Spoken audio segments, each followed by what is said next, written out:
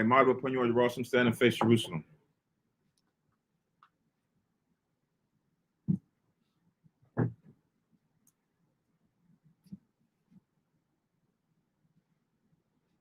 Blessing of the Sabbath. Barakatah Yahweh.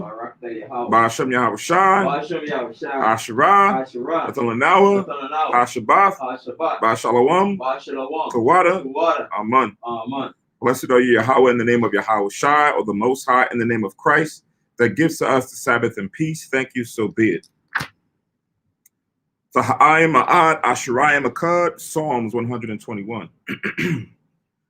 Anya Harayim Ayanyam Ya Oh Haharim Ma'ayan Yabawa'a Isaiah Yabawa'a Mayahawa Shai Shemayim Wa'arataza La'a Yanawam. So like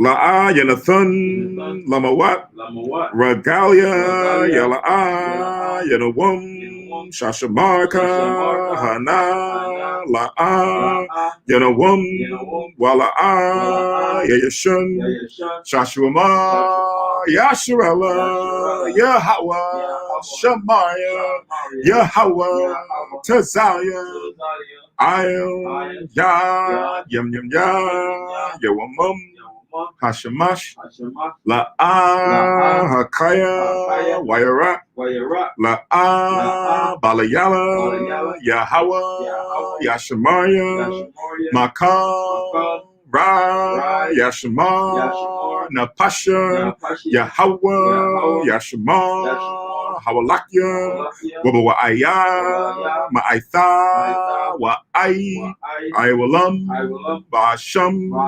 Yahawasham Thawada Aman. Psalms 121. I will lift up mine eyes unto the hills, from whence cometh my help. My help cometh from the Lord which made heaven and earth. He will not suffer thy foot to be moved. He that keepeth thee will not slumber. Behold, he that keepeth Israel shall neither slumber nor sleep. The Lord is thy keeper. The Lord is thy shade upon thy right hand. The sun shall not smite thee by day, nor the moon by night. The Lord shall preserve thee from all evil. He shall preserve thy soul. The Lord shall preserve thy going out and thy coming in from this time forth and even forevermore. Amen. Amen. Shema Yasharallah, heal Israel. Shema Yasharallah, Yahweh, Allah Hayanawa, Yahweh, Akkad, Shema Yasharallah, Yahweh, Allah Hayanawa, Yahweh, Akkad, Shema Yasharallah, Yahweh, Allah Yahweh.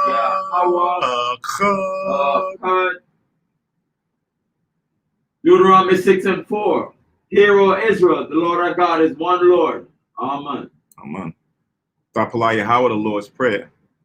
Abiyanawa, Shabbat Shemayim, Kodash, Chaya, Shamka, Yahweh, Malakwithka, Thaba'a, Batazawanka, Haya, Aisha, Ba'arataza, Ka, Bashemayim, Nathalanawa, Lacham, Yowum, Za, Wasalaknawa, Kabawathnawa, Kasalaknawa, Kabawathanawa, Wala'a, Habiyanawa, O Nasayawan, Abo, Hawashinawa, Mara, Kaya, Laka, Hamalakwa, Waha'ala, Wathaparath, La'aiwalam, Aman. Matthew 6:9. After this manner, therefore, pray, Our Father which art in heaven, hallowed be thy name. Thy kingdom come, thy will be done in earth as it is in heaven. Give us this day our daily bread, and forgive us our debts as we forgive our debtors. And lead us not into temptation, but deliver us from evil. For thine is the kingdom, and the power, and the glory, forever. Amen. Amen. Ha'aishara mataz wife the 10 Commandments. La'ah, La'ah, Yahaya, Yahaya, Lakah, Laka, Alahayim, Alahaya, Akarim, Akari, Alpanya, Apunya, La'ah, La'ah, Daisha, Taisha, Lakah, Laka, Haso, Kwasa, Wala'ah, Wala'ah, Daibadam, Waibidam, La'ah, La'ah, Talakwaka, Talakwaka, Shomwa, Shamwa, Yahweh, Yahweh, Alahayaka, Alahayaka, Lashua, Lashua, Zakar, Zakar, Ath, Ah, Hayawum, Ayawam, Hashabath, Ashabat, Lakodashwa, Lakodashwa, Kabad, Kabad, Abiakar, Amaka, Wa'amaka, Amaka, La'ah, La'ah, Taratazak, Taratazak, La'ah, La'ah, Thana'ah, Tana'ah, La'ah, La'ah, Thankanab, Rakanah, La'ah, La'ah, Thaina, Taina, Shakur, Shakur, La'ah, La'ah, Thakamad, Takamad, Ko, Kad, Asherah, Asherah, Lara'ayaka, Laraika, Amen. Amen. Exodus 20:2. I am the Lord thy God, which have brought thee out of the land of Egypt, out of the house of bondage. Thou shalt have no other gods before me. Thou shalt not make unto thee any graven image, or any likeness of anything that is in the heaven above, or that is in the earth beneath, or that is in the water under the earth. Thou shalt not bow down thyself to them, nor serve them. For I, the Lord thy God, am a jealous God, visiting iniquity of the fathers upon the children unto the third and fourth generation of them that hate me, and showing mercy unto thousands of them that love me and keep my commandments. Thou shalt not take the name of the Lord thy God in vain, for the Lord will not hold him guiltless that taketh his name in vain. Remember the Sabbath day to keep it holy. 6 days shalt thou labor and do all thy work, but the 7th day is the Sabbath of the Lord thy God. In it thou shalt not do any work, thou, nor thy son, nor thy daughter, thy manservant, nor thy maidservant, nor thy cattle, nor thy stranger that is within thy gates. For in 6 days the Lord made heaven and earth, the sea and all that in them is, and rested the 7th day. Wherefore the Lord blessed the Sabbath day and holiday. Honor thy father and thy mother, that thy days may be long upon the land which the Lord thy God giveth thee. Thou shalt not kill, thou shalt not commit adultery, thou shalt not steal, thou shalt not bear false witness against thy neighbor, thou shalt not covet thy neighbor's house, thou shalt not covet thy neighbor's wife, nor his manservant, nor his maidservant, nor his ox, nor his ass, nor anything that is thy neighbor's. Amen. Amen. Shabbat, be seated.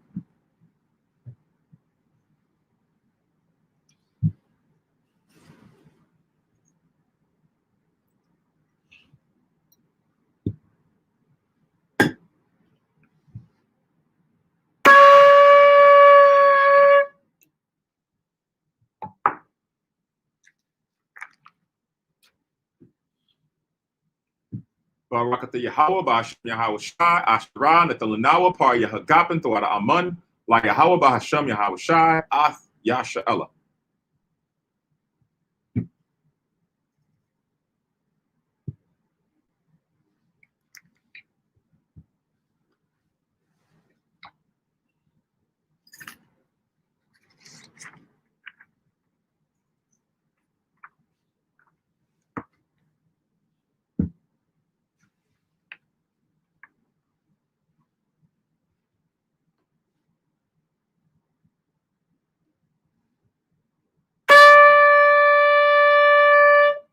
Hey, Madu, upon you on your awesome stand and face Jerusalem.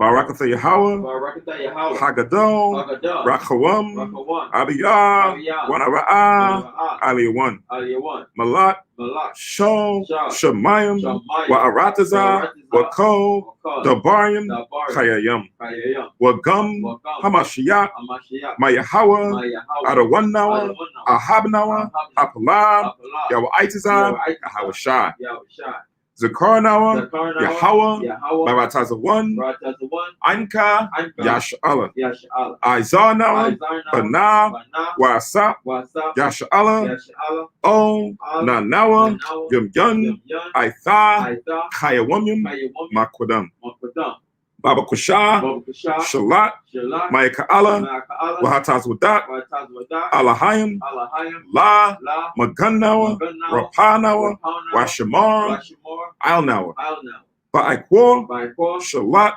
Haroka, Shal, Yahweh Shai, Lanawa, Lalamanawa, Rabin, Kakama, Tabawana, Wada Ith, Shal, Debarka, Ba'asham, Yahweh Shai, Thawada, Thum Yad, Wa'iwalam, Amun. English translation. Blessed are you, Yahweh, the great, merciful, mighty, terrible, most high power, King of heaven and earth, and all things living. And also the anointed from Yahweh, our Lord, our friend, the wonderful counselor, Yahweh Shai. Remember us, Yahweh, favorably, your people Israel. Help us build and gather Israel. Most high, we beg you, right now, like the days of old. Please send Michael and the righteous powers to protect us, heal us, and watch over us. Mainly send the spirit of Yahweh Shai to us, to teach us much wisdom, knowledge, and understanding of thy word. In the name of Yahweh Shai, thank you always and forever. So be it. Blessed are Yahweh in the name of Yahweh Shai that gives us the law. Barakatah Yahweh. Barakatah Yahweh. Ba'ashem Yahweh Shai. Ba'ashem Yahweh Shai. Asherah. Asherah. Atalanawa. Atalanawa. Hathabarah. Hathabarah. Blessed are Yahweh in the name of Yahweh Shai that gives us light to see. Barakatah Yahweh. Barakatah Yahweh. Ba'ashem Yahweh Shai. Ba'ashem Yahweh Shai. Asherah. Asherah. Atalanawa. Awar. La Rawah. Blessed are Yahweh in the name of Yahweh Shai that gives us the rams on the call of people. Barakatah Yahweh. Barakatah Yahweh. Ba'ashem Yahweh Shai. Ba'ashem Yahweh Shai. Asherah. Asherah. Atalanawa. Quran. Ha'ayol. La Quran. Ha'ain. Blessed are you, Yahweh, in the name of Yahweh Shai that gives to us the olive oil to anoint Israel. Barakatah Yahweh. Barakatah Yahweh. Ba'ashem Yahweh Shai. Ba'ashem Yahweh Shai. Asherah. Asherah. Natalanawa. Hashaman. Zayath. Lamashah. Yasha'Allah. Shabbat, be seated.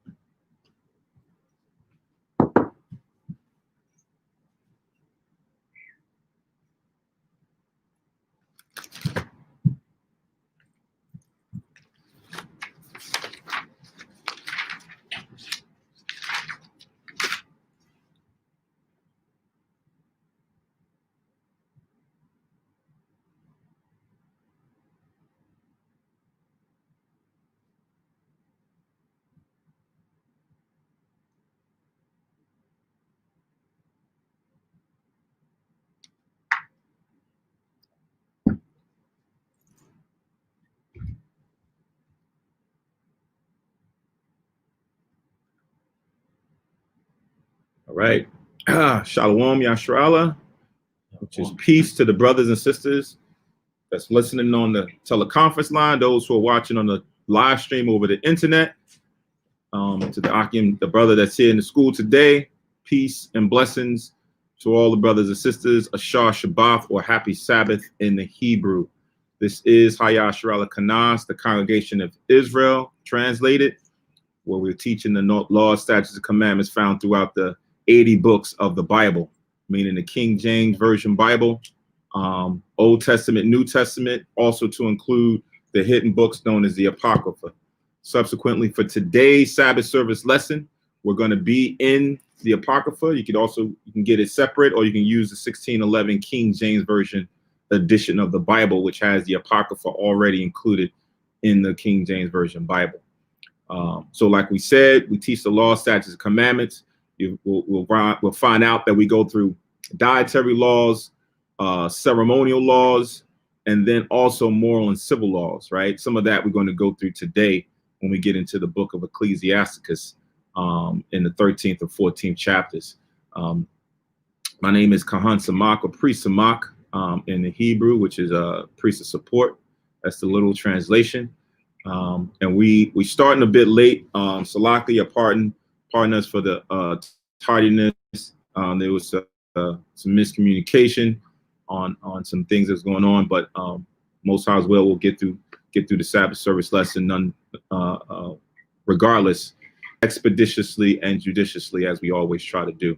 So without further ado of going into some of the background that most folks know about Hayashrala Kanas, we're going to jump right into the book of Ecclesiasticus in the Apocrypha.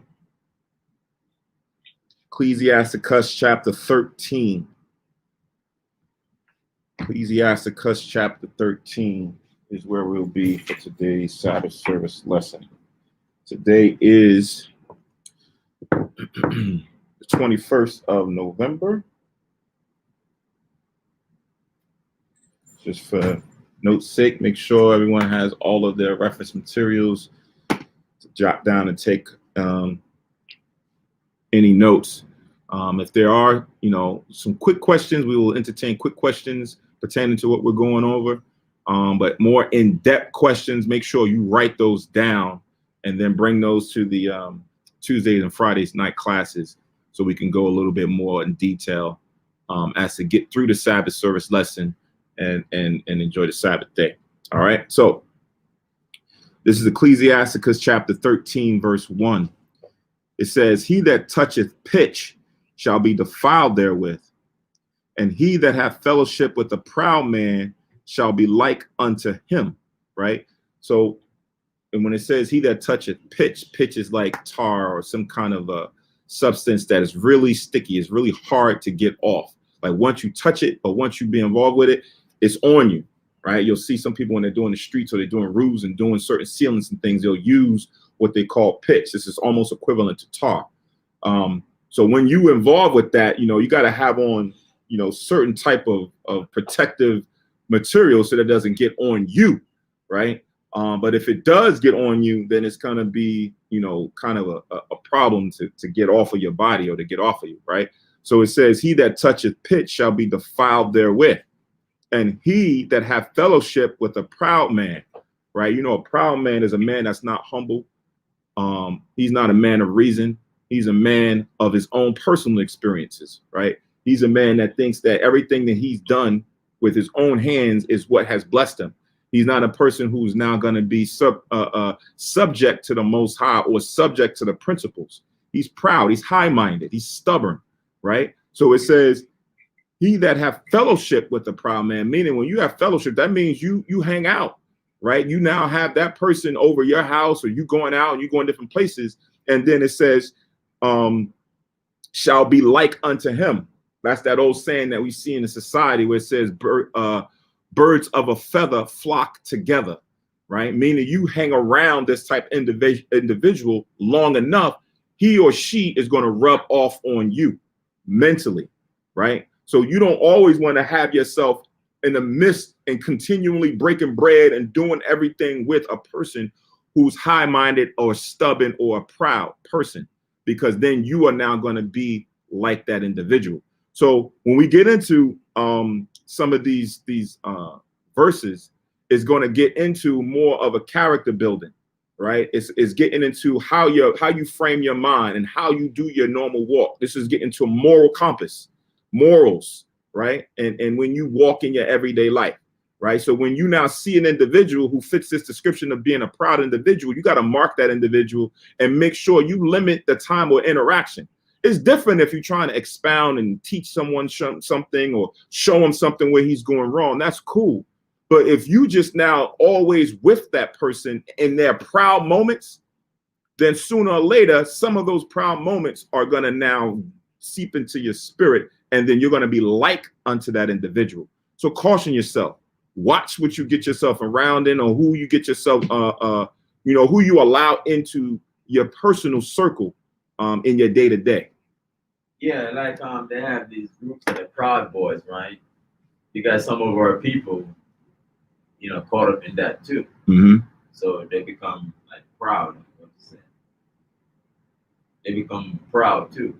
Right. But see, that Proud Boys group is for a specific reason. Yeah. This proud is just in general. You have a proud across the board. It's not like you joining the Proud Boys organization because you're trying to rebel against the government or the system. Granted, that has its own niche, but this is in general, right? Because somebody may not be a part of the quote unquote Proud Boys, but it's still a high-minded, proud person. You may have somebody who's in the established church system that's a proud person that may shun the Proud Boys, but they themselves are still proud individuals. So, look at them as a separatist to what we're speaking, but they, anyone who doesn't conform or submit to the Most High's will or to the Most High's principles is going to now submit to Satan, which allows you to do as you will. Whatever you feel is what you want to do that, right? No consequences. Don't worry about it. So someone comes to try to counsel you or check you, man, get out of here. I'll do what I want.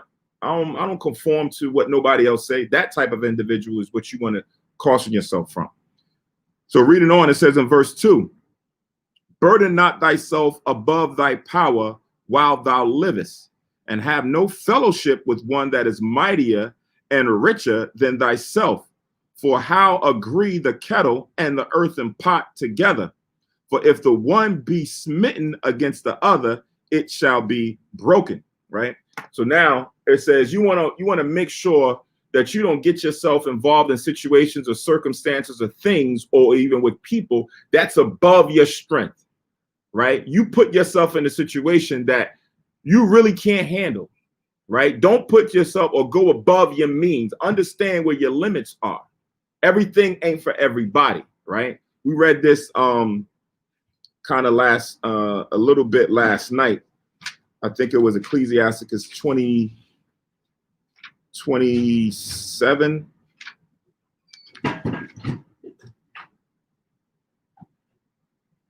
Right, so this is 37.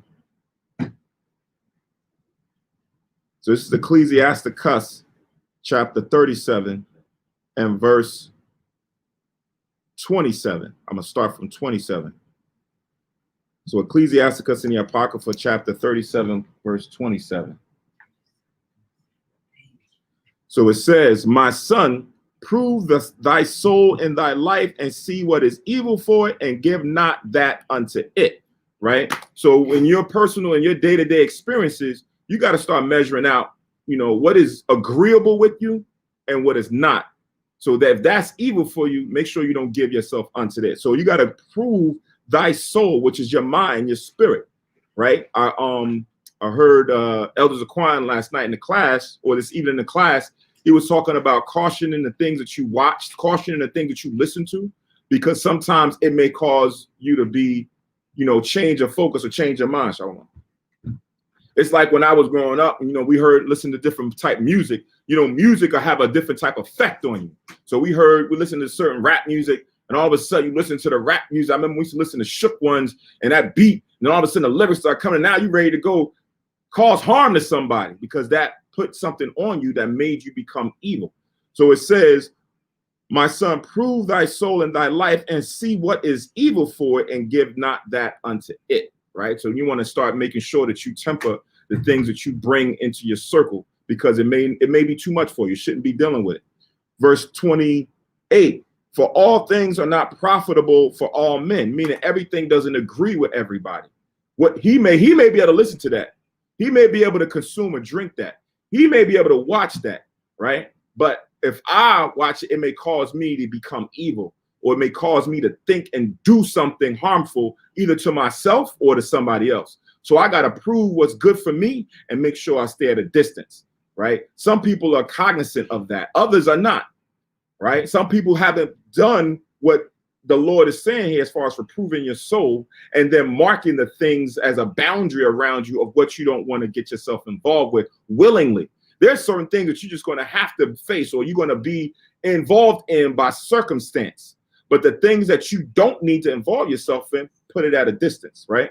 It says, for all things are not profitable for all men, neither have every soul pleasure in everything, right? So everything may not be an agreeable. So the gist of this is to make sure you understand your limits, understand where your boundaries are for you as an individual, and always don't try to compare yourself to the next individual because what he or she may be able to do may not be in your spirit, or you may not have that fortitude to deal with it.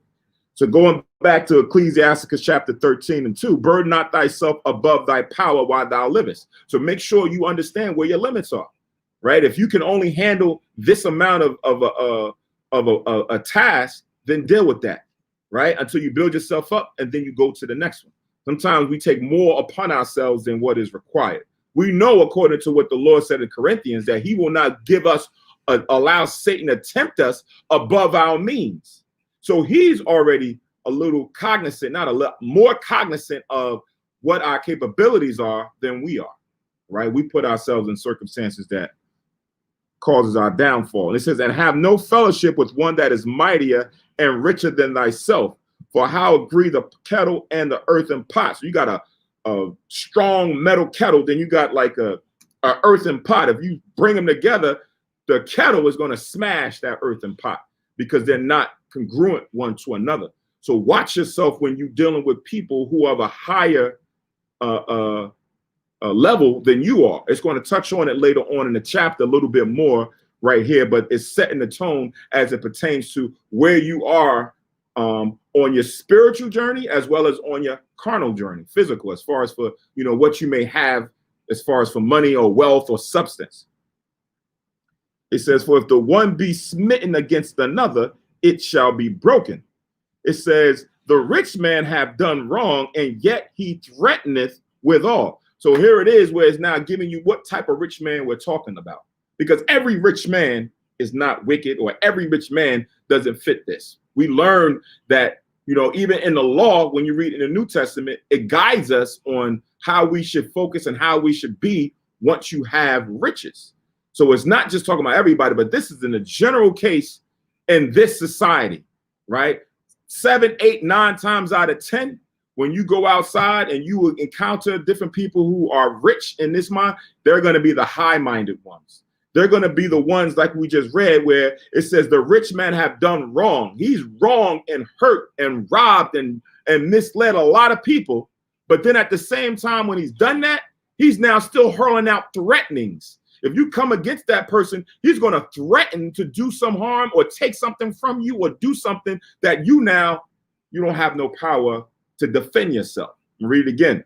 The rich man have done wrong, and yet he threateneth withal. The poor is wrong. The poor person who has now just been wronged or had a false accusation or defamed or what have you, he's the one that's wrong. But what does he have to do? It says, and he must entreat also. So now he's got to swallow all of that, take all of that, and still got to go and petition or ask or beg from these rich men or companies or corporations as if they've not done anything wrong and bite your tongue. That's the society and the setup that we have been in for a long time. So here in the wisdom of Sirach, it's highlighting what type of an environment we must be in. Somebody find me that scripture in the book of Matthew where Yahushua, where he says he sends us out as sheep, right? In the midst of wolves, right? So here is giving you what the dynamic is, right? It says the rich men have done wrong and yet threatened withal. The poor is wrong and must entreat also. So how do we now balance all of this? How do we, you know, condition ourselves in a situation like this? Somebody got that in Matthews? Read that. Matthew chapter 10, verse 16.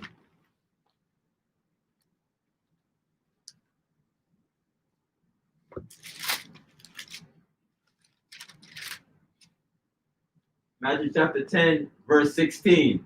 Behold, I send you forth as sheep in the midst of wolves. Be ye therefore wise as serpents and harmless as doves. Right. So when you are now going out, this is what we're going to see. The Lord, Yahushua, Jesus Christ, said he was going to send us out into the world as young sheep in the midst of wolves. Sheep meaning we're not threatening. We're not the aggressive ones. We're that sheep that's still humble, that's meek with a knowledge, but you got others that's out there who are these rich, ravenous wolves who want to take advantage of you, right? Who wronged you and don't repent from it, but then are still hurl out threatenings against you. So because we understand that that's the dynamic, Yahushua says, listen, you got to go out there and be wiser than these serpents. Whether they're serpents from our own people or they're serpents from the other nations. You're going to have both dynamics. So you got to consider everything, right? You got to consider that individual and his ways and how we're now getting the examples and know how to move in the midst of it. This is Proverbs also. So that was Matthew 10, 16. Write down Proverbs to go also with this verse, chapter 18 and verse 23.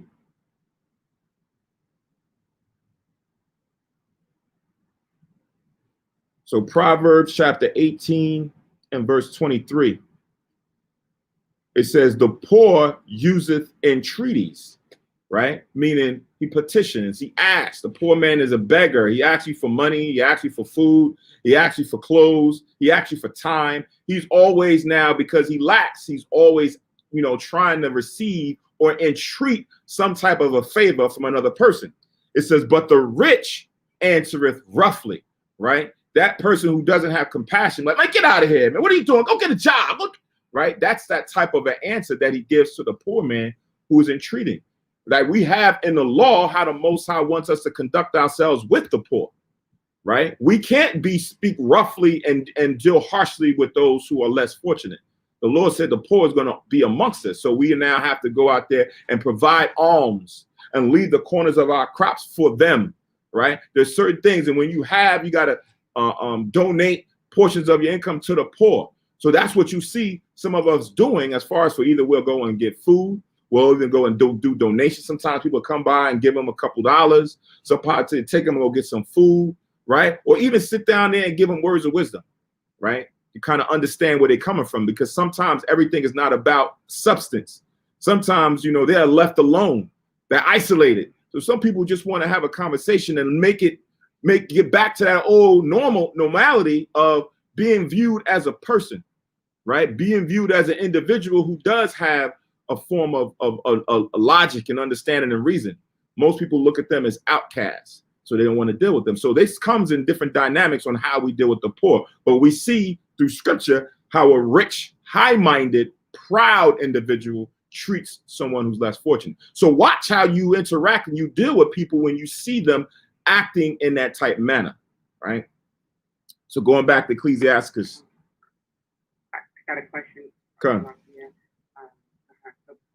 Back in Ecclesiasticus, when it's speaking of having no fellowship with one that's mightier, it's not speaking of being equally yoked, or it is.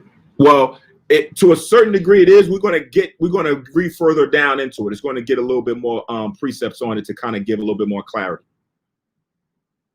So just wait till we get further down into these verses. It's going to explain what it's talking about, because it's just not, a person who's a millionaire, right? A person who is based on where you are in class, right? Even if you're a middle class person, if you're a poor, like understanding where you are and what type of a mind wants to take advantage of other individuals. So I'll go deeper into it as we read a little bit more of these precepts in this chapter. Fair enough? Yeah. Okay. So now we have verse 4. It says, if thou be for his profit, meaning here is a person who has money, or he has status, or he has something going on for himself, right? If you are a benefit to him, it says he will use thee, right? He finds a way to bring you in and say, all right, I'm gonna give you a job, or I'm gonna have you stand next to me, because now it's going to show to the people that I do care, or so forth and so on. You see politicians do this. You see corporations do this. They use you for what they want. It says, but if thou have nothing, he will forsake thee. So once you're not a benefit to that individual, then what's going to happen? They're going to forsake you. They're going to let you go, right? That's in a lot of different forms. I remember when I was working for a major company years ago, and I went to go take a class, a training class, to kind of, learn a skill set for the position. And I was talking to a heathen who owned the facility, and he knew the company that I worked for. And he said, that's a great company. But he said, but watch yourself. He was like, because they don't care too much about their employees. You're a benefit to them right now. And once they realize that you are expendable, they will forsake you and let you go, right? So watch yourself when you are in that situation. If you are in that environment, you got to be, like Yahushua said, wise as the serpent. You got to try to make yourself indispensable if you're going to stay there. But know that they really don't care about your well-being, because when they let you go, they're not caring about your family not being able to eat. They're not caring about, the mortgages, things not get paid, and you may now be out on Front Street here. Majority of them don't act like that. Do some care? Yeah, you'll see some employees who say, you know what? I myself took a pay cut so that my employees could still eat. Or I went out there and helped him build this because that was the right thing to do. This is in general case how a person of this caliber that we're reading here will use you for their own benefit. I'm going to read it again. Verse 4. If thou be for his profit, he will use thee. But if thou have nothing, he will forsake thee. If thou have anything, he will live with thee. Yeah, he will make thee bear and will not be sorry for it. So now here is this high-minded, proud individual. It says if you do have something that could be for him, he's going to stick by you. He's going to be there with you. He's going to live with you.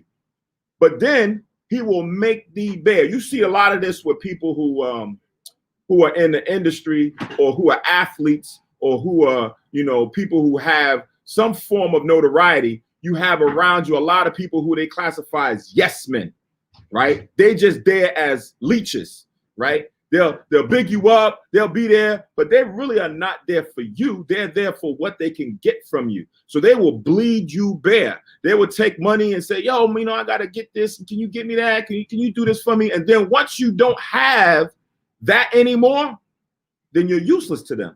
Then they're gone, right? You do have some friends, some brothers who will stick by you through and through, whether you're on the top or whether you're on the bottom. But it's very few that you're going to find like that. You're going to have a lot that's going to be around you when you have everything. You see that all the time. But once your funds, or once your notoriety and your fame and all of that begins to dwindle, then you're going to start seeing people scatter.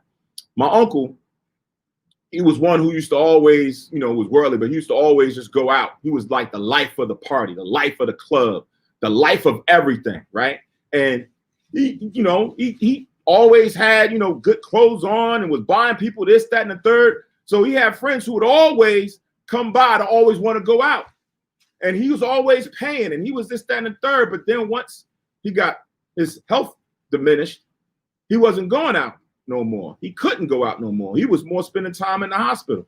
He was more spending time home trying to take his medication.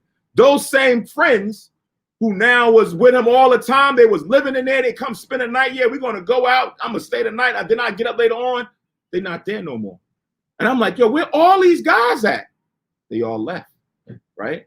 So prior to that, the Lord is now giving us notice to say, listen, you got to watch out for individuals like this. You got to be smart enough to recognize when you have people like that in your circle, or people who's coming to you looking to just gain. How do you know that? The Lord went through the whole thing when we read Ecclesiasticus, the 6th chapter, about making sure you prove certain individuals. When you read that whole 6th chapter, read from 1 all the way down, as far as for how you now start identifying who's right to be next to you, or whose company you should be in. You got to now start examining what people say and what people do, not just with you, and just seeing how they interact with everybody else. Then you'll start recognizing and saying, you know what, this guy, you know, I'm cordial with him, but he's not somebody who I can flex with on a day-to-day. Or he's not somebody that I can stand by, or I can invite into my home and do this on a day-to-day because his spirit ain't right yet. Or he don't even want to take advice or correction, but he's a person that I work with. He's a person that my family member or whatever. You got to separate yourself to a certain extent. Be quiet. Along the line of what you're bringing out, in another word, be cognizant of the individual. In reference to verse 3, either rich or poor, because the rich man will be wrong, but boast because he can boast of it because he has something to boast for. Mm-hmm.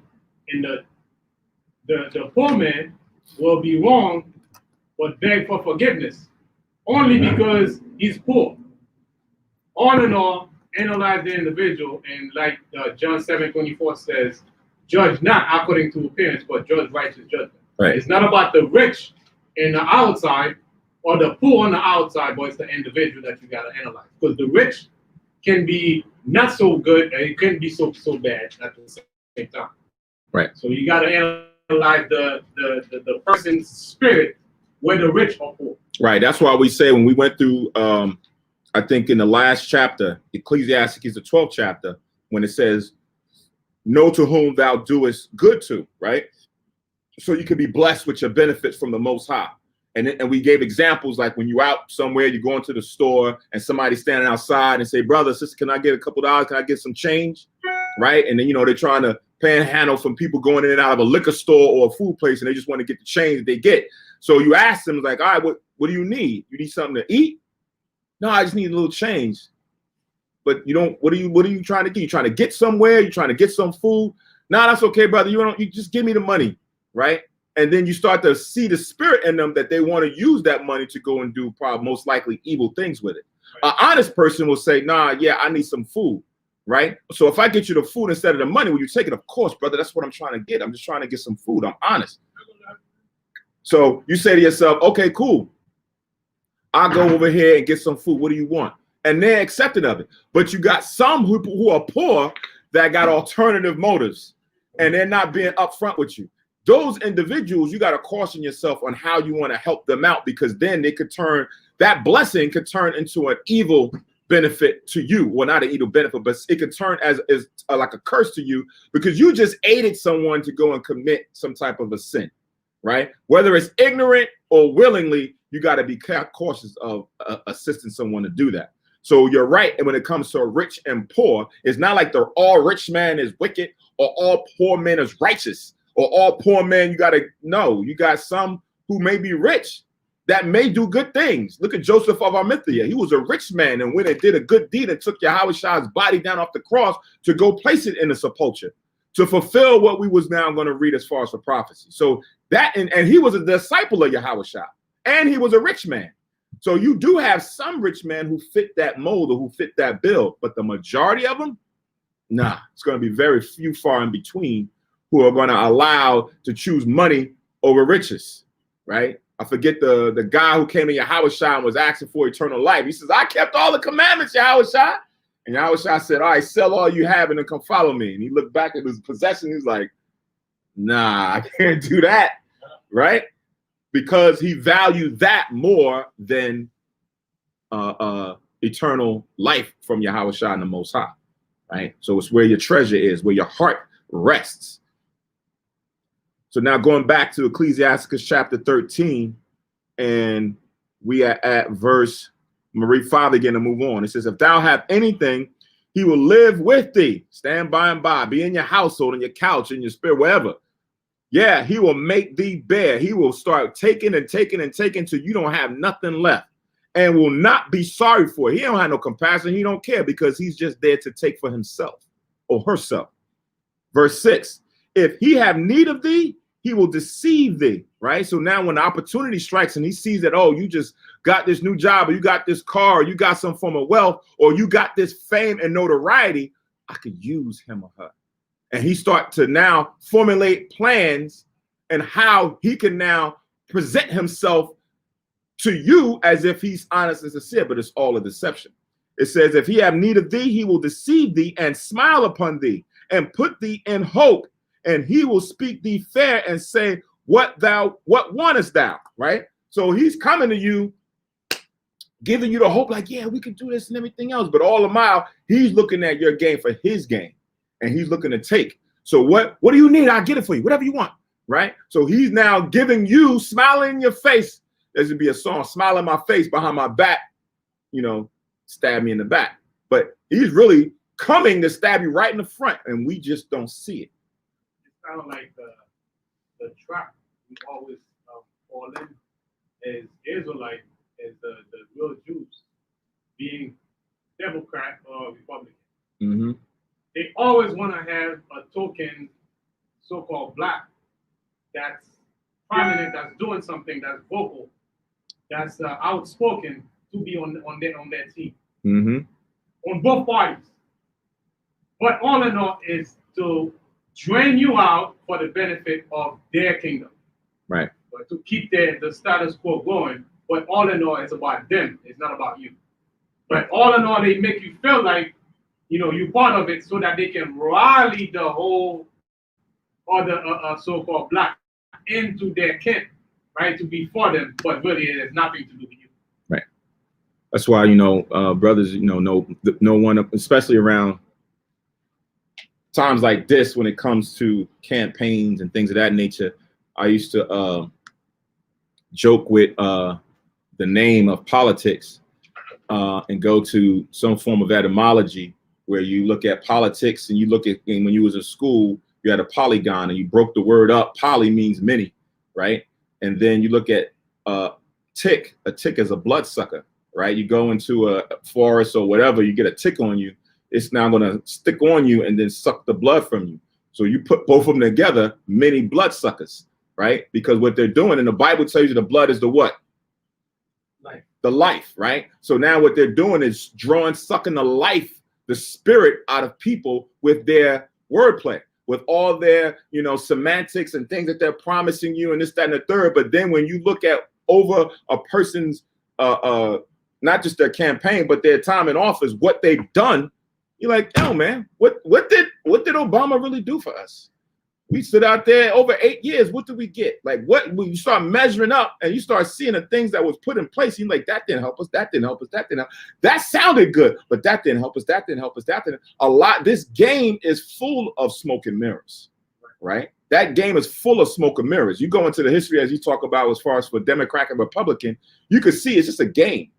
It's a game of these people trying to now court or to kind of get certain people to now follow that party, and the same thing over here. And after a while, 100 years or so, it switches. The people now choosing this one and going this one. And then you got another party because these two, I don't feel, now you become liberal and you could be, it's just a game. Because all of it is still going to be predicated on those same foundation laws from the good old boys back in the day they called the founding fathers, right? That is the foundation of it all. But they give you this. So all they're doing is just toying with your emotions. They're presenting, they're smiling in your face, right? That's what they say. The politician got to go on a campaign and do what? Shake hands and kiss babies and smile on you, right? But then you start getting into the actual guts of how you feel and what your spirit and what you advocate for. And you're like, okay, I hear that, but what? That's not good. That's not good. And what you're doing is you're giving your right hand to, we say vote, but to stand behind them. That's why the Most High Yahweh said you got to choose one from your own people, number one. But that same individual, he got to stand on these principles. You just can't have somebody who's just because he's an Israelite or he's black or he's Hispanic and say, yeah, see, we put him in office, but he wicked as hell. What does that serve? Right? He's just going to call the blind leading the blind.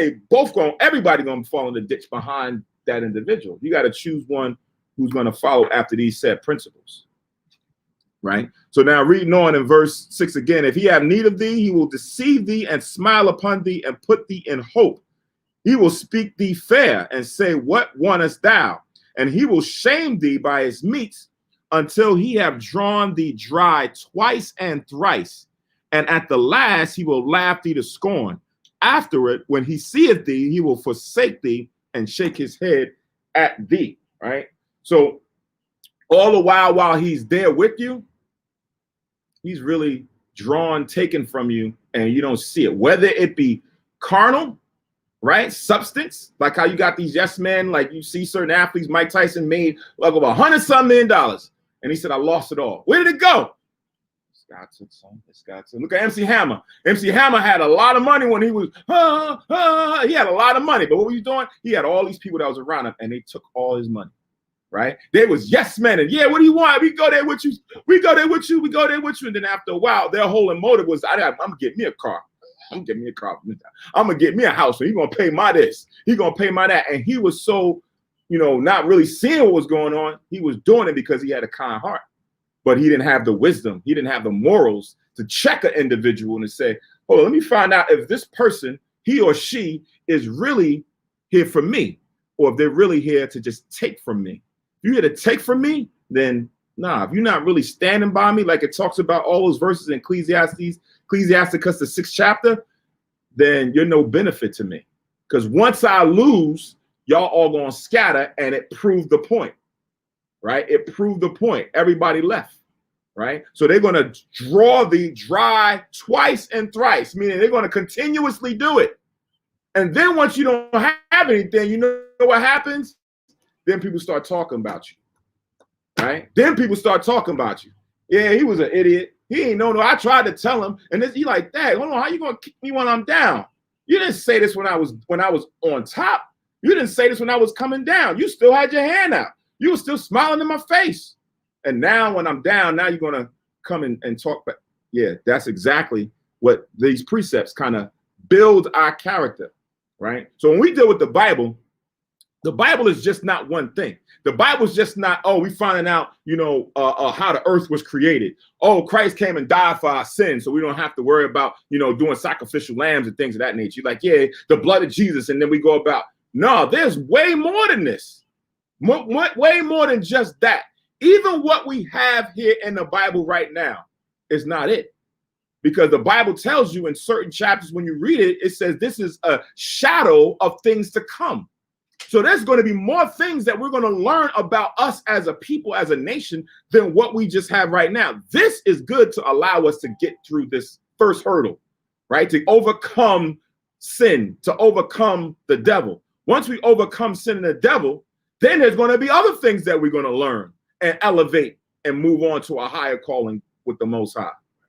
And in a nutshell, also, like the Bible is the Israelite book to maintain or to take over, we gain our dominion, right, of the kingdom. Whereas the other party is trying to do whatever they do, whatever trickery to maintain their system.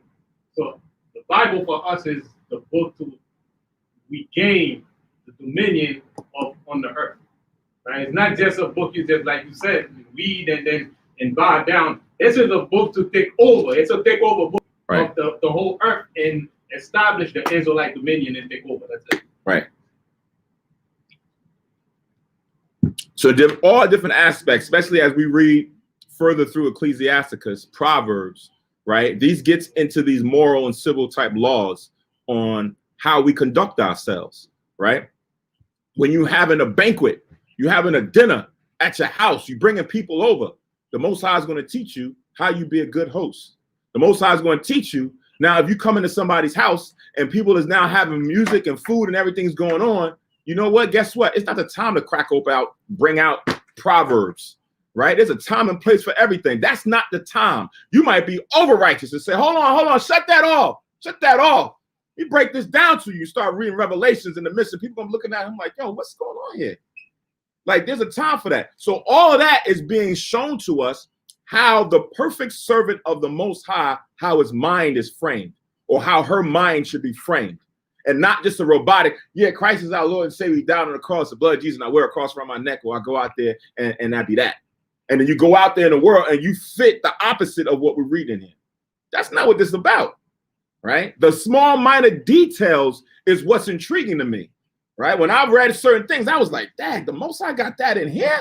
I'd have never thought that some detail like this, which is like a normal thing that we do in our everyday, the Lord is telling us what we should do and what we shouldn't do in that situation, right? Things to avoid and things to get ourselves involved with. Verse 8, it says, beware that thou be not deceived and brought down in thy jollity, right? Meaning when you in this environment or you have certain things, always be on guard. Don't let the fun of it all catch you off guard, where now y'all happy and you just that and the third, but as you happy and you not paying attention, somebody else is out there scheming. Somebody's scheming. Always, remember, some of us who grew up, I can't speak for the con, I'm speaking for myself, but some of us who grew up in the city, in the ghetto, where wolves was rampant everywhere, you always kind of had your eye on everybody, right? It was very difficult to trust a lot of people because everybody was out to take from you, or everybody was envious, or everybody was covetous, or everybody was trying to, let me not say everybody, a lot of people were, right? So when you went into an establishment, it was like, I got to scan the room. I got to see who all in here. And not only do I have to see who all in here, I got to see, how they acting. You got this guy over here in the corner. He just standing in the corner. What's that about? Why he ain't even eating? Why he just standing there just looking at it? That guy I got to watch. You got this person over here. She going everywhere. She in everybody's face. What's that about? Right? So I got to watch myself because she not, you have to be like Yahushua said, what is it? St. John, no, Judge. when Yahushua talks about judging. That's the one. 7:20 is a 4. Yeah, John 7:24, the water. Judge not according to the appearance, but judge righteous judgment. So as I'm scanning the room and I see this guy standing over in the corner, the appearance would say, yeah, this guy about to rob the joint, or he about to do something, or he's scheming. But off of the appearance, I don't know. Maybe he may have some health issues. Maybe he's an introvert, right? I don't know. So I have to now go and do righteous judgment. I got to either ask a question or go talk to him or what have you. But we innately have a prejudged thing that goes on. We prejudge everything, right? And then after the prejudge, we got to do righteous judgment. We just can't go off of the prejudge, right? And if the prejudge kind of causes you to feel some kind of way, or you don't get that opportunity to go and do the righteous judgment, then you got to be cautious and say, you know what, well, let me remove myself from this situation until I find out what's going on, right? There's a lot of things that when we read to the precepts, it kind of conforms your mind on how you should actually move in this society, right? How you think and how you move. That's what caused David to do what he did when he went into the person. Said, I think this guy is gonna try to kill me because of who I am. He started foaming at the mouth and all acting out of character. And he says, is that him? This guy is him? Man, get him out of here. He ain't no threat, because of he assessed the situation and did what he did. When Abraham took his wife Sarah, he said, I think this guy gonna try to kill me to get my wife. You my sister. He ain't lie. That's his sister. That's the woman that's of his kindred. But he just said it that way because in his mind, what he looked at and said, and he was right, because he did want to get with Sarah, right? But he didn't come out and say that was his wife because of he knew the situation. So all that says is we prejudge, but make sure you do the actual righteous judgment that Yahushua just laid out. And the righteous judgment is all throughout these precepts. That's what we're reading right now, right? All these different things is now how you assess or make decisions, because a judgment is a decision. You made a decision, or you decided, I'm going to do this. I'm not even going to eat off that table because I don't know what is in them greens. I don't know if they use turkey meat, or I don't know if they put, took the water. I don't know. So I'm going to do this over here. Right, you are now making decisions on everything or every move that you do. Right, that's what Esau did. That's how he's able to take over based on that ignorance. He came in and steadied us. Right, he came in and steadied us, like purposely, and then enslaved us. Because now you know our ways, you know our emotion, you know how we're gonna act, and then he has his gun there. Whenever you buck up, go kill it. Right. That's pretty much. You gotta steady your enemy. So let's read on. It says in verse 8 again, beware that thou be not deceived and brought down in thy jollity.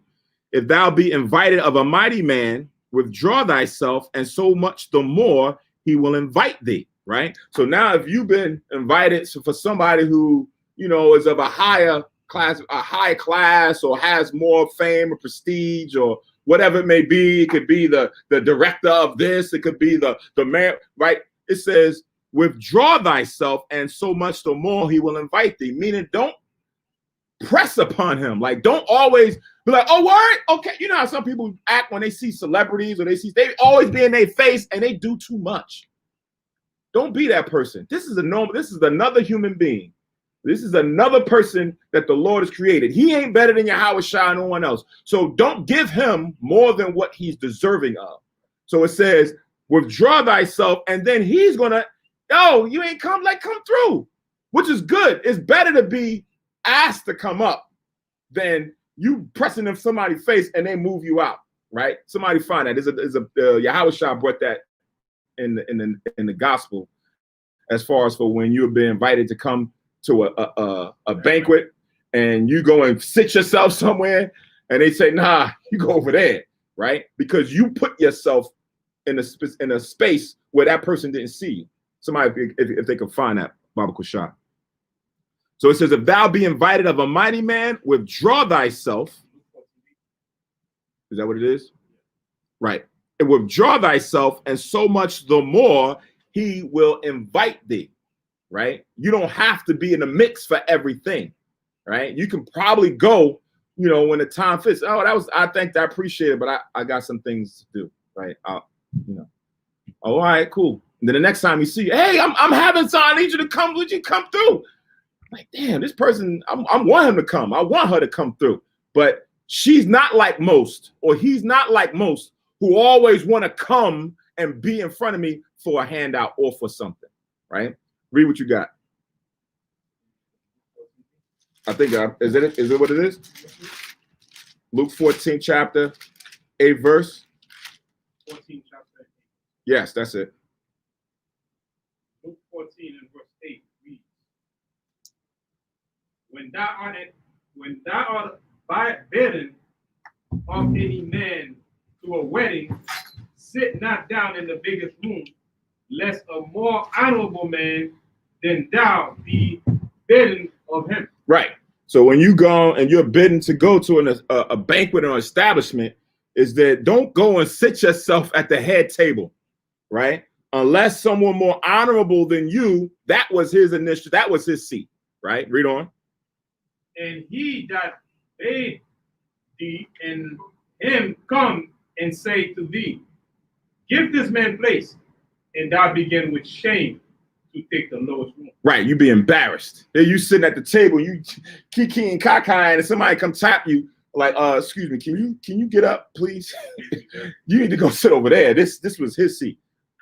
Oh, word. Now they looking at you like, yeah, everybody like, oh, all right. So here you taking your belongings, and now you going and sitting over there, right?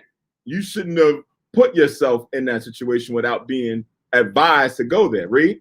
But when thou art bidden, go and sit down in the lowest room. You go sit somewhere where you amongst just the regular, everybody else. You in the mix, not a big deal. Go sit in the lowest room. Read.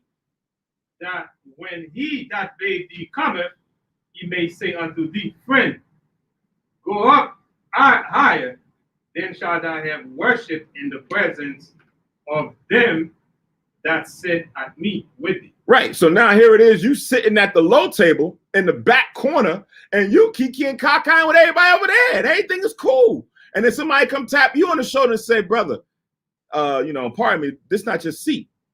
I'm gonna sit. You up there at the head table. What? Now everybody else like, word?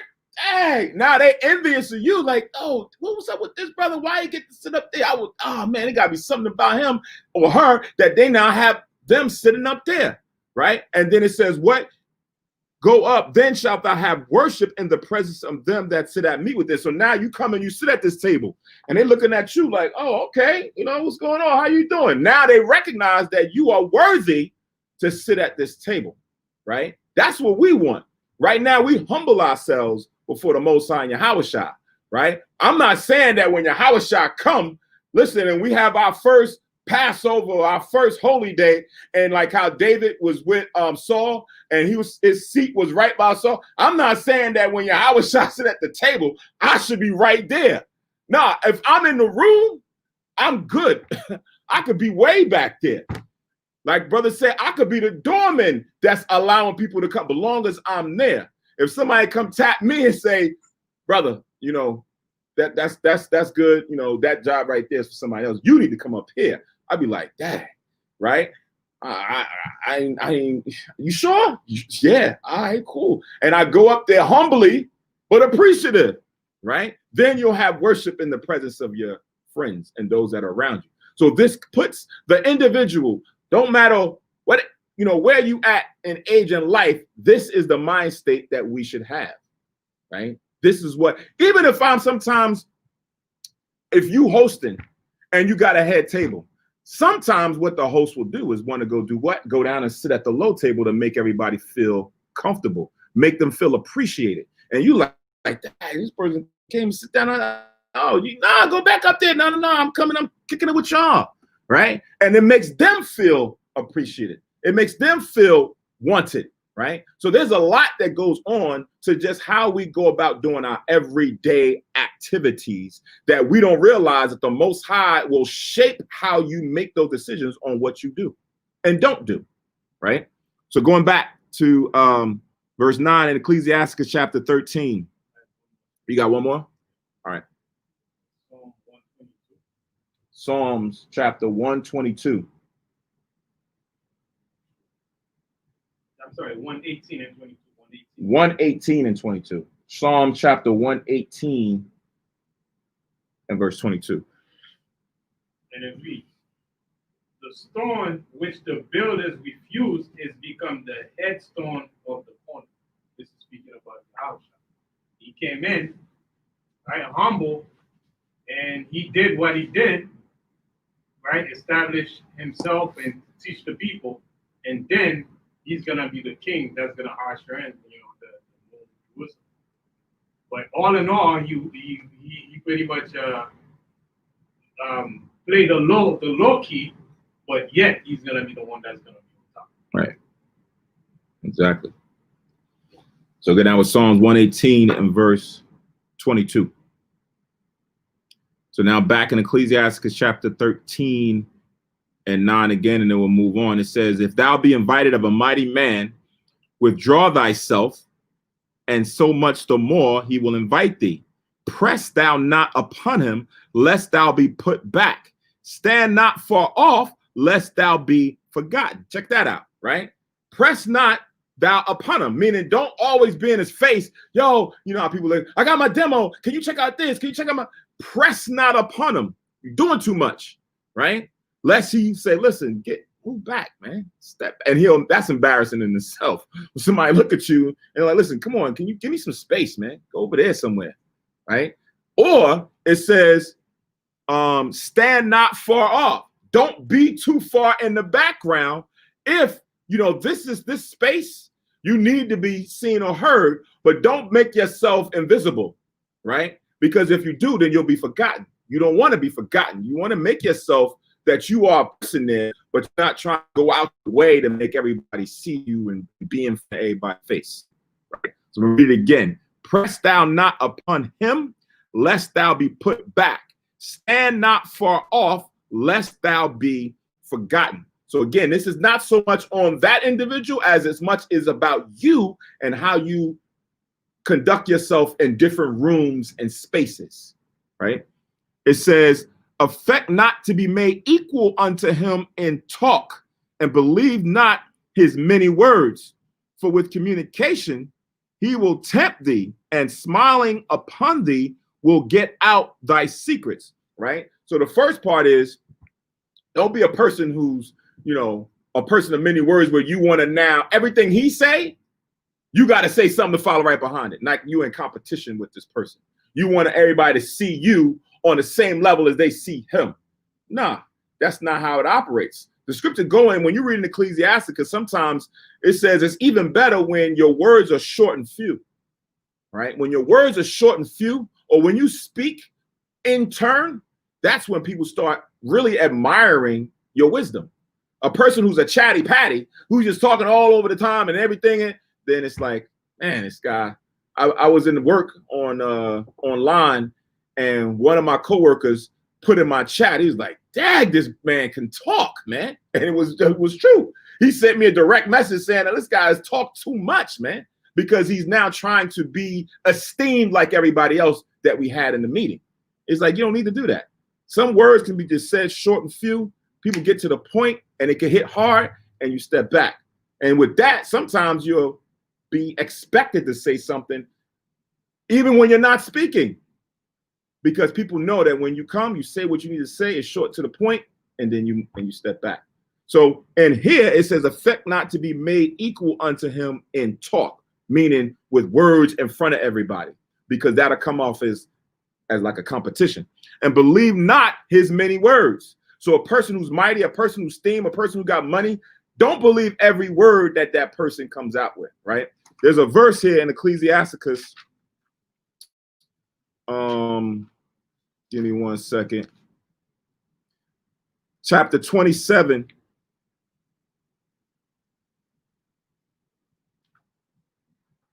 Ecclesiasticus chapter 27 and 7.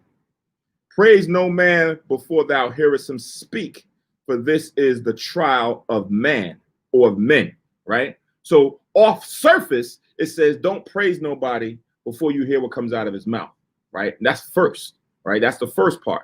Then when a person just speaks and speaks and speaks and speaks and talks a whole bunch of stuff like how these politicians do, they can tell you everything that they're going to do and what they're going to do for you and how they feel about this and everything else. And what do a lot of people do? They eat it all up. They eat it up. Yeah, he's going to do this. And they clap it. Yeah. And then you go out there and pull a lever. And then 4 years later, you're looking for the same thing, right? So it says, praise no man before thou hearest him speak, for this is the trial of men, right? You are put on display to see if you stand by your words. What you say, are you going to apply and do them? That's why Yahushua in James 1:22 says, be ye doers of the word and not hearers only, deceiving your own selves. So you got to be a person of apply, like application. So just because a person's talking, don't be caught up in a whole bunch of words, man. You can't. If you do, then you're gullible, like the majority of the people are when they hear a lot of people come up in front of them and they say a lot of different things. So going back to Ecclesiasticus chapter 13, I'm going to read 11 again. Affect not to be made equal unto him in talk, and believe not his many words. For with much communication, as a lot of people do, will he tempt thee. Will they cause people to believe their false promises, right? And smiling upon thee, he will get out thy secrets, right? So when a person now gives you false promises and you believe it, then they now also have your heart, and they can now get out from you things that are more personal to you, because you now became gullible and listened to everything that person or individual has said. Guard your spirit, guard your secrets. There's precepts on who did you even convey your personal secrets to. You can't have everybody be your counselor. You can't have everybody be your best friend. One, maybe two that you can confide in, not just any old person that just comes up that you are just giving over your personal experiences and things of that. No, you got to guard that, right? It says, but cruelly, verse 12, he will lay up thy words and will not spare to do thee hurt and to put thee in prison. Meaning he'll take your words and use it against you. He'll take that what he learned from you and let that become your downfall. He's able to manipulate and paint a picture about you because he really never had you in favor to begin with. So you got to improve an individual to see if they have that, right? Are you going to be 100%? Nope. That's a part of the learning, right? Some things you're gonna fall on. A wise man falleth 7 times, but riseth back up. So you learn through failure sometimes. That's how the Lord even gave us the law. He said this was our schoolmaster. He knew that we was going to sin, but through that learning and falling and sinning, it now gives us a better understanding throughout our history of what we fell to. Right. Like when he said in 1 Corinthians 15:33. Mm-hmm. Right. Not deceive evil communication for good manners. Mm-hmm. Like you said from the beginning when you started about the class. Do not spend too much time listening to much people when you know that eventually before you know it, you might start switching before, because information, you might think, okay, yeah, I'm strong enough and I can listen to this, it's not going to affect me. But all in all, it's pretty much registered in your subconscious. And sometimes you may not even think of doing the stuff, but given a situation, you find yourself acting a way where you wouldn't even, but because you've been listening too much time listening to that stuff and it's registered, right. And you start acting it out before you even become conscious of it. Right. So that's the key when I'm brought out as far as for proving what's good for your soul, right? You got to prove what's good. And even in that case, you may have thought it was going to be good and you fell and you learned why am I thinking like this? Because I was dealing with that. All right, so I know I'm not strong enough to deal with that. Let me just leave it alone, right? Let me remove myself from that situation, or from listening to that, or from watching that, or from going with him or going with her, because I'm not there yet, right? And then you want friends or people around you who are knowledgeable about that, and then who can help you when you fall, like who can help you when your weakness. and be like, nah, you shouldn't go there. Don't even drink that. Nah, don't pour her nothing. She don't need it. What are you talking about? Nah, she don't need it. Right? You don't want to have a yes person. You want somebody to challenge you when you're doing wrong, even when you think you're doing right. Right? So that is a part of the learning process in trying to prove your soul or prove the things that's good for it. Verse 13, observe and take good heed. That's the key, right? That's the part of the summation of a lot of what we've read so far. Observe and take good heed. So with all of these different types of things that can happen, make sure you just be cautious of it. Don't be ignorant of it. Observe and take good heed, for thou walkest in peril of thy overthrowing. Yea, do I walk through the valley of the shadow of death, right? That's what this is. You are walking in the peril of someone trying to take your spirit or your soul. So don't use that. Don't take that time like it's nothing. You got to always be observant, and you always got to take good heed to everything, right? It says, when thou hearest these things, awake in thy sleep, right? So even at the first time you wake up, you're being cautious of everything. You're considering these thoughts. You're considering these types of things, right? Even in the midst of your sleep, right? Sometimes you go to sleep with the same thoughts on your brain, and you having dreams about certain things, and you wake up, you're like, wow, man, oh, that was for real, man. It was a dream that's not even cautioning me even more to be a little bit more guarded and protected of my spirit. Verse 14, love the Lord all thy life and call upon him for thy salvation, right? What is it? Proverbs 3 and 5. Proverbs 3 and 5 says, trust in the Lord with all thine heart and lean not unto thine own understanding. In all thy ways acknowledge him, and he shall direct thy paths, right? So it is him that now we look to, and that it is him that we are going to get and receive salvation from. And not just salvation when Yahushua comes back, because that's the ultimate salvation that we are looking for. But we also want to be saved from said things that happen on a day-to-day, right? You look to the Most High, he can get you out of a jam that you weren't even thinking was coming up. Yahweh Kanan. Yeah, Psalms 53 and 6. Psalms 53 and 6. It says, Psalm 53 and 6, it says, oh, that the salvation of Israel will come out of Zion, when God bringeth back the captivity of his people. Jacob shall rejoice and Israel shall be glad. So, looking for salvation, from the Most High, things. We're looking for everything.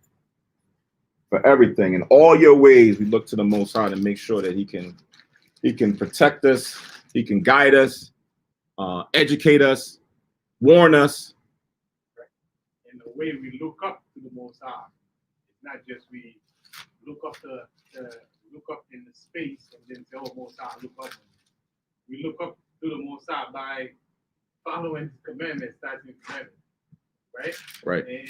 And the way we look for him to guide us in communication is to read and practice what it says in the book, because that's how the Most High talk to us. He talked to us in the writing that he has in the book. Right. And that's how we look up to him. One more. Good. Psalms 123 and 2. It says, behold, as the eyes of servants look unto the hand of their masters, and as the eyes of a maiden unto the hand of her mistress, so our eyes wait upon the Lord our God, until that he have mercy upon us. Okay. So, they look for the paychecks and so on and so forth. They look to the Most High for everything. And the reason why I say that's very important, because usually when people say, I look up to the Most High, I wait on the Most High, they just wait. They don't read the book and observe what they got to do to get the blessing. They said, I pray and I wait. Right. But the wait and pray is to observe the Lord, read and go into the books and find out how to do this, how to do that. And then once you observing it, and practice it, then things start to come to fruition. Right. That's how the Most High gives the answer. That's 1 John 3:22. We read that real quick. 1 John 3:22.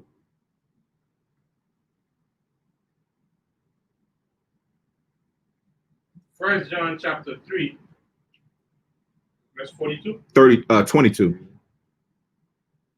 and 22. And whatsoever we ask, we receive of him, because we keep his commandment and do those things that are pleasing in his sight. Right. So when we ask for him, it's prayer, right? Your prayer is a petition. It's the asking for something from the Most High, whether it be for certain needs or wants, or even for forgiveness. But the only way that you can get that is because you do the Most High's will. You do those things that's pleasing in his sight. We keep the commandments. If you're not keeping the commandments, then your petition, your prayer means nothing, right? It's nothing. If you're a person who is opposed to doing the will of the Most High and you don't want to keep the commandments of the Lord, right? It's not talking about somebody who is ignorant of it. It's talking about somebody who's willingly opposed to it, right? That says, now I ain't got to keep those commandments. Even though somebody went through precepts to show this is what it is, you're like, nah, I ain't got to do that. I ain't got to. All I got to do is just pray. Then, like you said, you're going to be waiting. Or you may not be waiting. Satan may come and say, man, don't listen to them. I'll give it to you. I'll give what you need. All right, cool. You didn't want to do that, but I'm going to tell you what you could do, right? And that's what that person's. In the balance to that also is 1 Corinthians 10 and 13. It's like we pray, but we have to put ourselves in the reality of where we are. Just because we pray doesn't mean you're going to get what you want if you're not ready to receive what you want. Right. Right? If you're not ready to get it, don't even expect to get it. That's why the Most High said he can give you more than you can bear. Right. You can't ask the Most High for something that you cannot even manage what you have now. Right. Right. So there's a balance to it. You could be praying and say, I'm praying, and I haven't get, but you got to go back and analyze yourself whether or not you're capable of bearing what you're asking the Most High for. Right. Right. You may think, if I hit the lottery, I hit the Powerball and I get $370-something million, and you get that $377 million and it tear you up, right? It jack you up. You be so consumed with, carnal stuff and wilding out that you just forget the Most High. And you don't get the Powerball. You don't hit that pick 3 or whatever it may be. And you upset like, dang, man, I ain't hit. All these people hitting it left and right. We ain't talking about the Mega Millions. This is a pick 3. You know how many, what the chances are of hitting the pick 3? It's like 1 in 1,000. Like, dang, I ain't getting that. But you don't even know what it would do to you if you got that, right? The Most High said you ain't built up your spirit yet before you to hit that. And once you do build up your spirit, you have the right, a covering in your spirit, then I'll let you hit that pick 3. And then you can deal with the pick 3. And then maybe you can deal with the pick 4 and the pick 5. But you ain't ready for the pick 3 yet. And on top of it, right? If we can even manage the paycheck that come in, what makes us think we can manage it right now? Yeah. So that's why it starts there with what we have at hand right now. If we're doing such a good job doing it and holding this and paying tithe and doing that, manage this, then the Most High say, okay, now a good servant, you're ready to get more. But you can't, yes, it's $1 million, but $1,000 can be managed. All right. Go Go ahead. I just want to read 1 Kings 19 and 5. I'm not going to go into who this was. 1 Kings 19 and 5, it says, as he lay and slept under a juniper tree, behold, then an angel touched him and said unto him, arise and eat. And he looked, and behold, there was a cake baking on the coals, and a cruse of water at his head. And he did eat and drink, and laid him down again. All right. Verse 7. And the angel of the Lord came again the second time, and touched him, and said, arise and eat, because the journey is too great for thee. And he arose, verse 8, and he arose and did eat and drink, and went in the strength of that meat 40 days and 40 nights unto Horeb, the mount of God. So besides just laying down there and doing not much and just eating and to go back and lay down. He has to go and eat the food, and he has to go where he's going, because the journey is gonna be a long journey for him. So not just you just do your stuff and just lay down there and don't do anything. You have to go, do what you have to do. Right. And just to go with what you just brought out, Paquad, as far as for asking and not being ready for it, right? So this is James 4:2. It says, ye lust and have not, ye kill and desire to have and cannot obtain. You fight and war, yet ye have not, because ye ask not. Ye ask and receive not, because ye ask amiss, that ye may consume it upon your own lust or pleasures, right?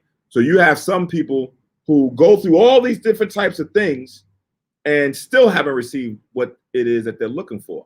That's why you got people who, go into the industry, they get them a lot of money and everything else, but they still don't have peace of mind, right? Because what they're looking for is not the right thing, right? Then you got people who go out there and continuously ask, but they're asking because they're wanting to fulfill the lust of the flesh. And the Most High is not giving what it is that that person wants, because they're asking amiss. I mean, it wasn't asked with the right intentions or with the right spirit involved. One more. It's like we gotta analyze the small thing before we even ask for the big thing. It's like if we cannot manage, for example, a household, then we ask the Most High to manage the kingdom. Right? So it's like this starts from small. When we get that situated, then we can look on the outside looking for more. Right? So we gotta manage things on the base level, that we have that little that do a best job at it, then we can move on to the next thing. We cannot manage that little, and then we want to jump. So it's like almost like people asking for reparation. Yeah, it would be nice to have it, but let's see what we're doing now that we're doing well, then see if we're ready for that. Mm-hmm. All right, let's go back to Ecclesiasticus. We at chapter 13, and we are at verse 15 now. Right, so this is now going to kind of jump back into what we was reading earlier about the rich man and how fellowship and things operate, right? So it says in Ecclesiastes 13:15, every beast loveth his like, and every man loveth his neighbor, right? So every beast, whether you're a lion, the lions are cool hanging amongst the lions, the hyenas amongst the hyenas, giraffes amongst giraffes, right? Then it says, and every man loveth his neighbor. When it's talking about neighbor here, it's talking about your people, your kinfolk, like it talks about in Leviticus 19, right? Those who are of your people, who are the Hebrews, is your neighbors. So that's what it's getting into, right? Who you associate and who you fellowship with, right? It says in 16, all flesh consorteth according to kind, right? It says, and a man will cleave to his like, right? Owls with owls and hawks with hawks, and all different types of kinds. Killer whales with killer whales. You don't see a killer whale swimming with a great white, right? No, they resort to their kind, right? Actually, they may attack each other. I've seen many videos of a killer whale trying to kill a great white, right? So they resort to what they are most accompanying with of their kind or their species. Verse 17, what fellowship hath the wolf with the lamb? So the sinner with the godly. So the same way that those two are opposites of each other is the same way a sinner is opposite with a godly individual. Does that mean that a man who is a God-fearing person, a godly man, does not have any interactions with a person who's a sinner? No. Right? They don't, right? But the scripture, what is that scripture where it says, can two walk together? Right. Give me that. One, right? Now we're looking at a dynamic here of a sin and a God, like a wolf and a lamb, right? Or even different nations of people, right? Different nations of people have different types of kinds and different types of culture and different types of likes and dislikes. So what is it? Amos, what? Read that, Baba Kushah.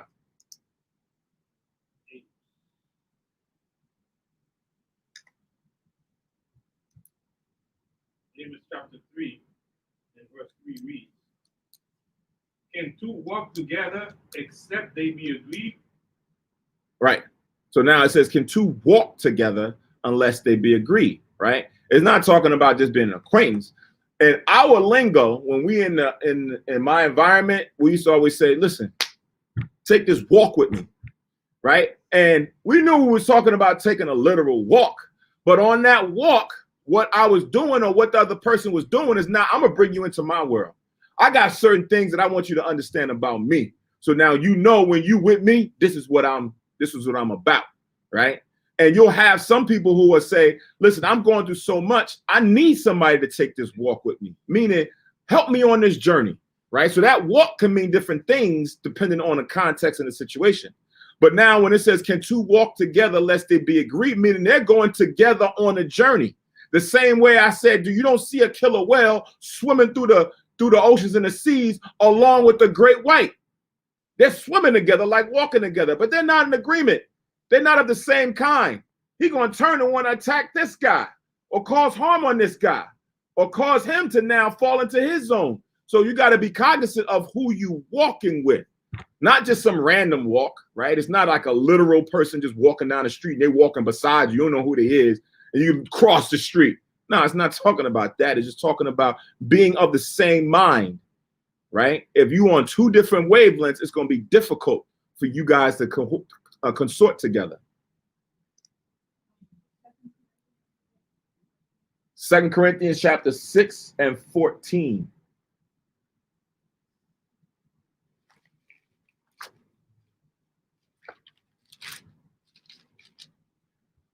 It says, be ye not unequally yoked with unbelievers, right? Meaning you are now in the same group. You're always together.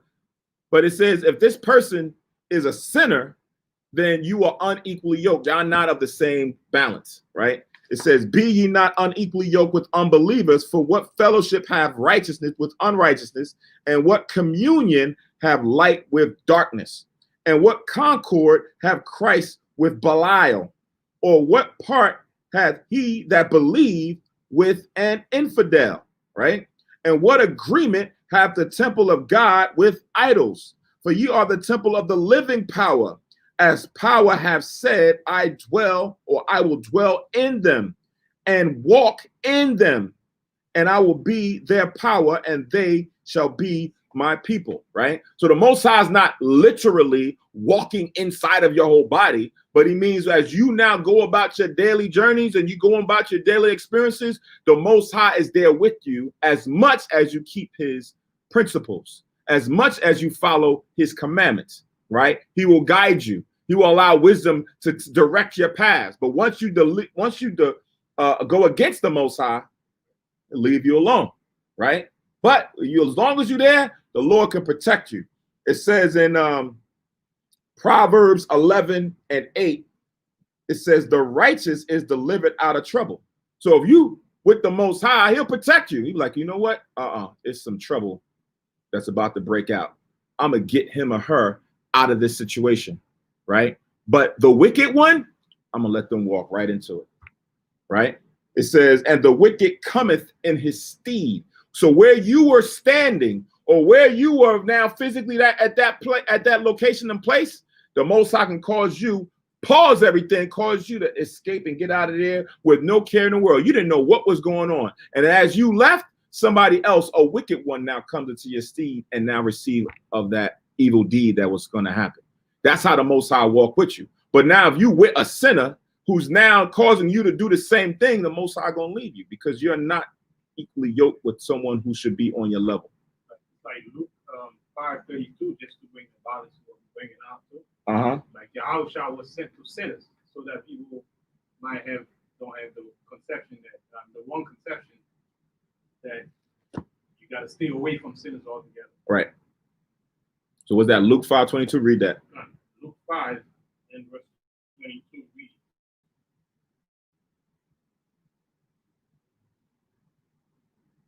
But when Yahushua perceived their thoughts, he answered and said unto them,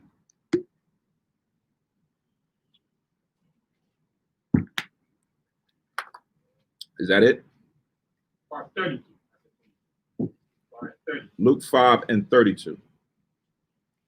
It says, I came not to call the righteous, but sinners to repentance. So he went and speak with the sinners, and people criticize him because he was with the sinners. But the objective was to win them over, right? Not to let them influence him, right? To go on their side. So if we with sinners, the objective should be to convert them over unto the righteous. Actually, when you read, you read 32, right? When you read from 30, it says, I'm gonna read from 29, 5 and 29. And Levi made him, or Matthew, that's who Levi is. When you read the book of Matthew, it's the same thing. It says, and Levi made him a great feast in his own house. And there was a great company of publicans and of others that sat down with him. Because remember, Matthew was a publican, right? So it says he made a great feast in his house and had other publicans there. What's a publican? A tax collector, right? So you know how people view tax collectors, right? So they looked at them as, you know, most of them were on the surface cheap liars, right? They're taking more than what they should, and they were viewed a certain way from the people. But Matthew, Levi, he's the one who created this banquet and then had other publicans there or tax collectors there. Verse 30. But their scribes and Pharisees murmured against his disciples, saying, why do you eat and drink with publicans and sinners? And Yahushua answering and said unto them, they that are whole need not of a physician, but they that are sick. I came not to call the righteous, but sinners to repentance. So understanding that now the optics of what was going on looks like, they're consorting one to another, that, they're now doing the same things together. But Yahushua says, no, we're here to do a job. We're here to now get them to come up to our level. Like Paul says, I became all things to all men. So if you down here, I'm going to come and try to meet you down here to bring you back up, right? If you right here, I'm going to meet you here and bring you higher than what it is. It's not that you are now like a carnal man who just goes over and then you just entertains any and everything. No, that's not how we're supposed to operate, right? Remember, I think it's Galatians. Galatians, I believe it's the first chapter. Right, Galatians, the second chapter.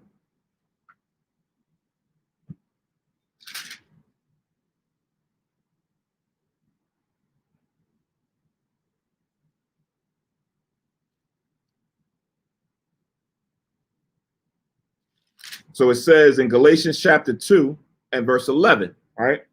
It says, but when Peter was come to Antioch, I withstood him to the face because he was to be blamed. So this is Paul and Peter. So when Peter came to Antioch, he said, listen, I had the guy to go and have a face-to-face conversation with Peter. This is the same Peter that Yahushua put over the church that was in Jerusalem. Verse 12, but before that came certain from James, he did eat with the Gentiles. But when they were come, he withdrew and separated himself, fearing them which were of the circumcision.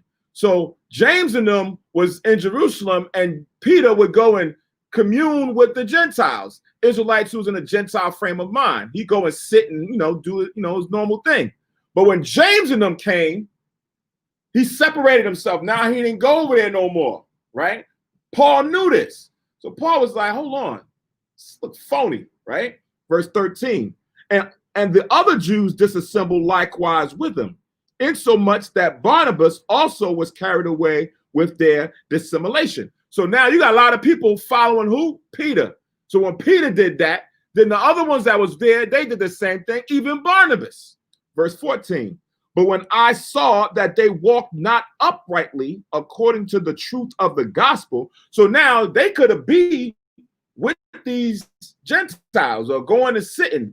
But if you do that, you got to make sure you walk uprightly. Why? It says, I said unto Peter, before them all, if thou, being a Jew, livest after the manner of the Gentiles, and not as the Jews, and not as do the Jews, Why compellest thou the Gentiles to live as do the Jews? So it's like, look, you out here supposed to be an example, but you now living like them.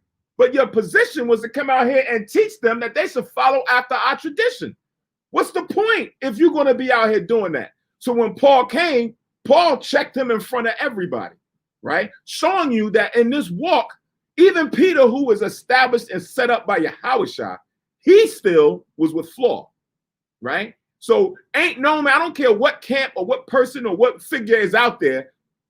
If you're not Yahushua, you're not going to always operate on 100%. You're going to have some times where somebody else going to have to come and check you and say, listen, brother, you shouldn't have done that. And this is not just any old brother. Paul didn't go to Barnabas, even though he should have went to Barnabas. Paul didn't go to those other Jews, even though he should have went to the other Jews. He went to Peter because Peter was the head. And everybody else was following after him. So he says, I'm going to go check him in front of everybody. This is wrong. What are you doing? Right? So it shows us, even us, as we go on our day-to-day, it's a battle to make sure that we do not get unequally yoked, that we don't fall victim to following into that old Gentile frame of mind of doing the carnal stuff, right? It's a battle. We go through this. This is the lessons learned to drawing us closer to Yahushua. All right? So now, let's go back to Ecclesiasticus chapter 13.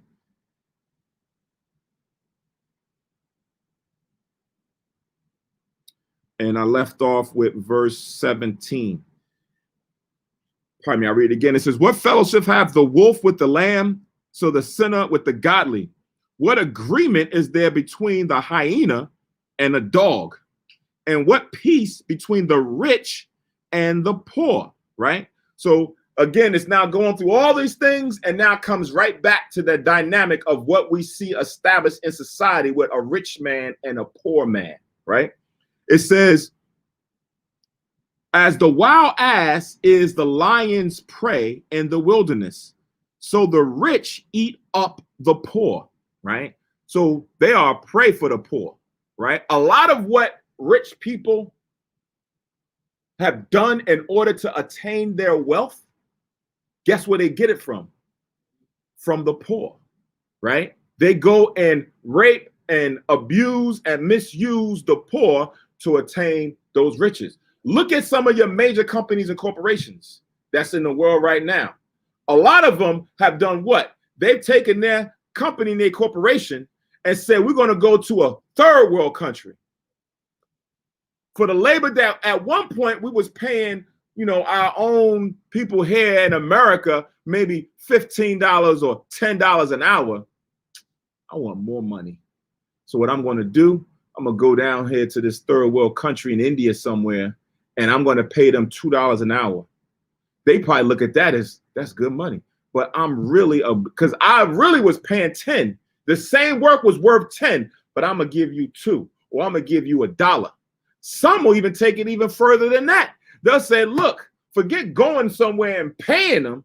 I'm going to go take my company and let it be settled in prison. I'm going to go have the prison guys now doing free labor for my company. These are men who don't have nothing, or women who don't have nothing, right? And they're going out there and they're using them in the prison system to now go and make their materials, make their clothing, make their merchandise, and then go out in the free market and then sell it at a high value, right? Rich people will misuse and abuse and eat from the poor. That's why they'll tell you, there's always that battle. Why y'all taxing us? Why y'all taxing us? Y'all taxing, but y'all don't tax them like that. And every politician to get up there and say, yes, we're going to go out there. We're going to tax the rich. We're going to tax them. They should be paying. I just seen Biden's plan. Yeah, he should be getting taxed $60-some. But it's a trick, because you tax the rich. Guess what the rich do? The rich say, okay, that's what you're going to do. I'm going to take my toys and my ball and I'm going to go somewhere else. Then what you got? Right? Because the government don't have no control to say you got to keep your company here. The only thing that they say is, we'll give you incentives. I'm going to give you an incentive to bring your business and establish it here. I'll give you a perk if you do such and such. But if you push the finger on them And they've done wrong. Like we just read, the rich have wronged. They are doing wrong. And if you come say something to them, what they're going to do? They're going to hurl accusations back at you, back at the poor, and say, nah, you're wrong. And you're like, what are you talking about? And then after a while, you're going to be sitting there saying, all right, just give me a job. And then you got to bow down and ask for a job. Ask them to come and deal with you. Ask them to come and they wrong as hell. But that's the dynamics that we have out here in society in the general playing field. Like everything, the resources that here belong to the society. Right. Right.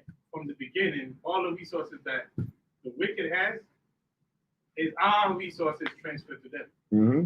Wall Street and all the big companies, all the corporations, all the money they have, it is money that is resources that we had, not in power because of our wickedness. It's transferred to them. Right. Right. So it's not like it's something new. It's like wealth mainly goes from one nation into the other nation. Once we go wicked, then the wealth is transferred to them. So sometimes we might get the one conception, it's their riches. Yes, their riches that is passed to them now for a moment because we mess up. But it's the same riches that we had that is transferred to them. Mm-hmm. James, the 2nd chapter.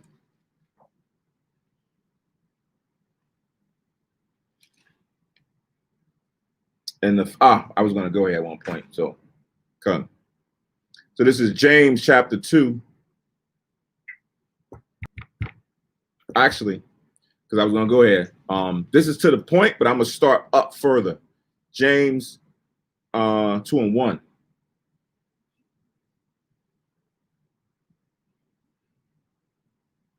James chapter 2 and verse 1.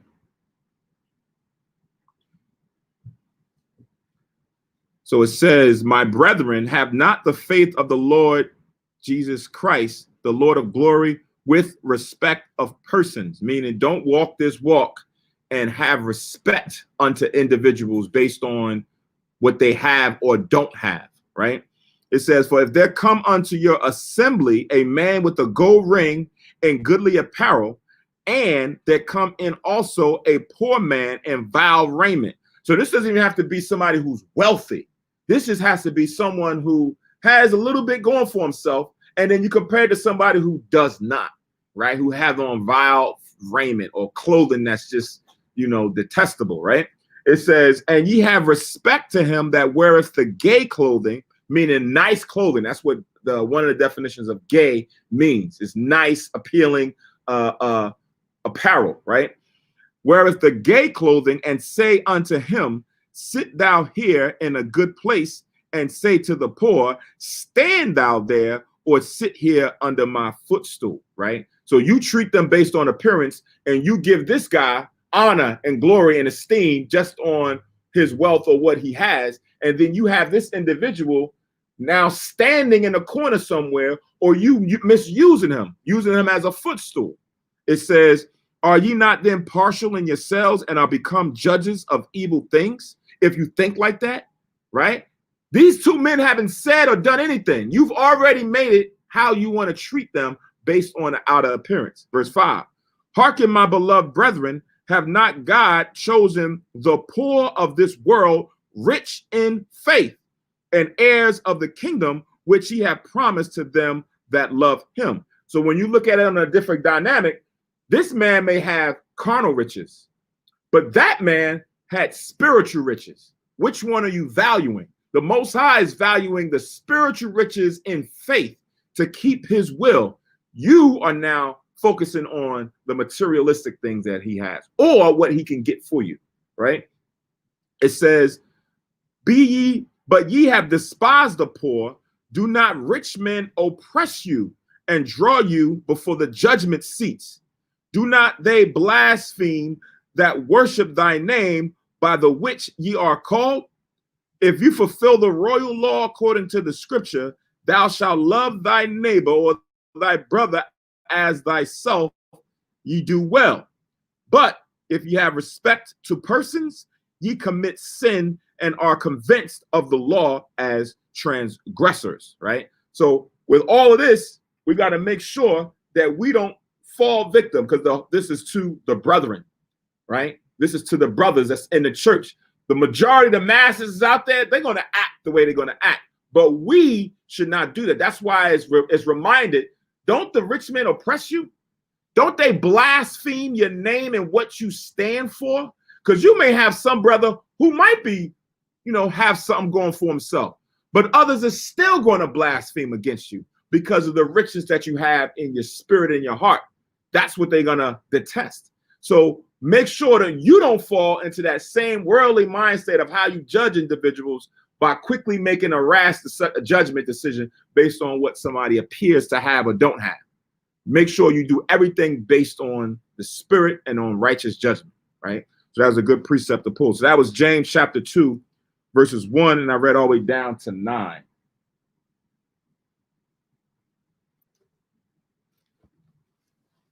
So now going back to Ecclesiasticus chapter 13, and we at verse 19 again and moving forward. It says, as the wild ass is the lion's prey in the wilderness, so the rich eat up the poor. As the proud hate humility, so doth the rich abhor the poor. A rich man beginning to fall is held up of his friends, but a poor man being down is thrust also away by his friends, right? So when you have some who are rich, who are esteemed in society, they can go to their constituents and they'll help them up. They can throw them a bone. They can pass something for them. They can do certain favors for them to help them get back where they want because of the, networking that they have, right? They say one hand wash the other, but both hands wash the face. So they looking to keep themselves in a certain light. So they'll look out. But when somebody who's poor and he begins to fall, he don't get that same love or that same consideration, right? That's how people act in society. Brethren, my brethren, don't do that. Don't act like how they act in society. Regardless of his financial situation, still look and help that brother out. Still give him the same courtesy that you would give the next person. That's why I proceeded in James, love your neighbor as you love yourself. Because at some point, the Most High tells you in the Bible that he is in control of bringing a rich man to be made poor and a poor man to be made rich. He can change and alter your whole life. So now if you treated that man like that, and then all of a sudden you are put in that situation, you in your mind going to say, dang, I want somebody to help me out. I hope somebody show me some favor. But like Galatians 6 and 7, you reap what you sown. You sown that. So now you got to eat that until you learned your lesson, right? And then you learn your lesson through hardship and adversity, and you say, I ain't doing that again. I learned my lesson. Next time I see somebody down and out, I'm going to help them out. Even if my friends and everybody's like, yo, what you doing, man? Leave that bum alone, man. Leave that hobo alone, man. All these terms. Nah, y'all got to stop. Don't do that. Don't say that to that man. Listen, brother, you need anything? You sure? Cool. All right, what's your name? Like, treat him as an individual. What's your name, brother? Okay, John. Okay, John, nice to meet you, John. I see you. What up, John? So you doing certain things in a manner that will help us out. I recall, and this reminds me of Yahweh's parable, where the parable of the Good Samaritan, right? And how others will probably do more favors for you than your own, because we, have been seduced by society and other nations. I seen a video before Nipsey Hussle died. They showed a video where he used to buy a lot of property, right? He has clothing store, different things, and there was a brother who was poor, and he used to be pushing a shopping cart in their neighborhood, but people knew him, and he kind of would say hi and bye to him, talking about Nipsey Hussle. And in the thing, he went and said, hold on. He was driving away, and he was with somebody who was driving away in his Maybach, whatever it was. And he's like, you know what? Stop the car. Said, listen, brother, get in the car, right? The guy who was pushing the shopping cart through the neighborhood, picking up cans and everything, he's like, nah, get in the car. Got him in the car, took him to the barbershop, got him cleaned up, took him to get some clothes, got him some clothes, fed him and everything, then brought him back and said, listen, and treated him well. And then when he left, he was like, I love that man, because he don't treat me like how everybody else treat me or how everybody else see me.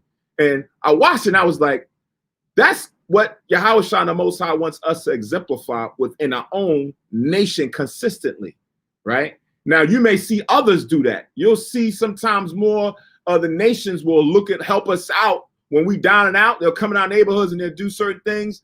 Regardless of the motive, they'll do it. More than some of us will take that initiative and our thought to go and do it, right? That's what we need to condition ourselves to look at ourselves as all as equals, right? That's why it says in the beginning, a flesh consorted with his own kind. We are our own kind. We need to consort with our own kind as opposed to always willingly wanting to go consort with another kind, right? We want to go and shop with another kind, spend our money with another kind, get wisdom from another kind as opposed to your own, right? If you put Esau on TV and Esau's telling you something about this, that, and the third, the majority of our people will consort and listen to that and believe that. If you have one of your own on the same TV giving out words of wisdom, what do he know? He don't know nothing.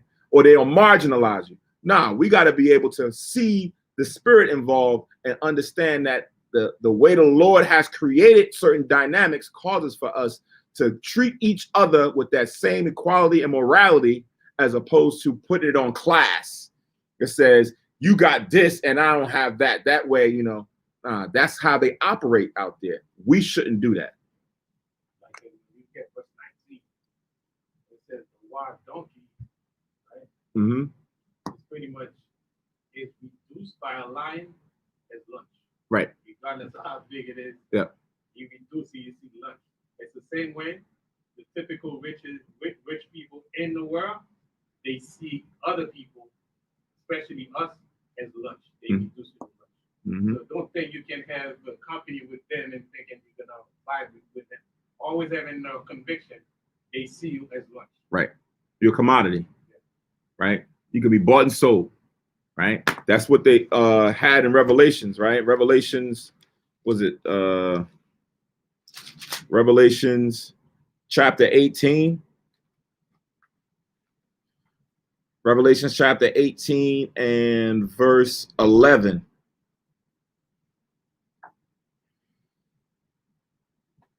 So Revelations 18 and 11 says, and the merchants of the earth shall weep and mourn over her, speaking about Babylon, right? This is the same thing that you read in Christ's parable in Luke 16 about the rich man and Lazarus, right? The rich man is really an allegory for this kingdom. It says, and the merchants of the earth shall weep and mourn over her, for no man buyeth their merchandise anymore. The merchandise of gold and silver and precious stones and of pearls and of fine linen and purple and silk and scarlet and all fine wood and all manner of vessels of ivory and all manner of vessels of most precious wood and of brass and of iron and of marble and cinnamon and odors and ointments and frankincense and wine and oil and fine flowers. This is what is established as trading across the world, right? The stock market and all these different sanctions and things that they put on different people that they can't trade. This is what the merchants, which is all the different nations, exchange and trade all day, every day, right? With each other. Then it says, and wheat and beast and sheep and horses and chariots. Then it says, and slaves and souls of men, right? So slaves is really talking about actual slaves, right? You have trafficking of people to go and do free labor, right? Then you have, it's not even about just the trafficking of people, then it's about your soul. If I can control and trick your soul and your mind into now buying into what I'm selling you, then that's great, right? So the rich man wants to now own your spirit, to have you think a certain way, right? To say, hey, if I can put this on a commercial, if I can put this on a certain celebrity or a person, and I have those poor people see it, guess what those poor people are going to do? Those poor people are going to go on and be like that. And they're going to buy my merchandise. And then I'm going to mark it up.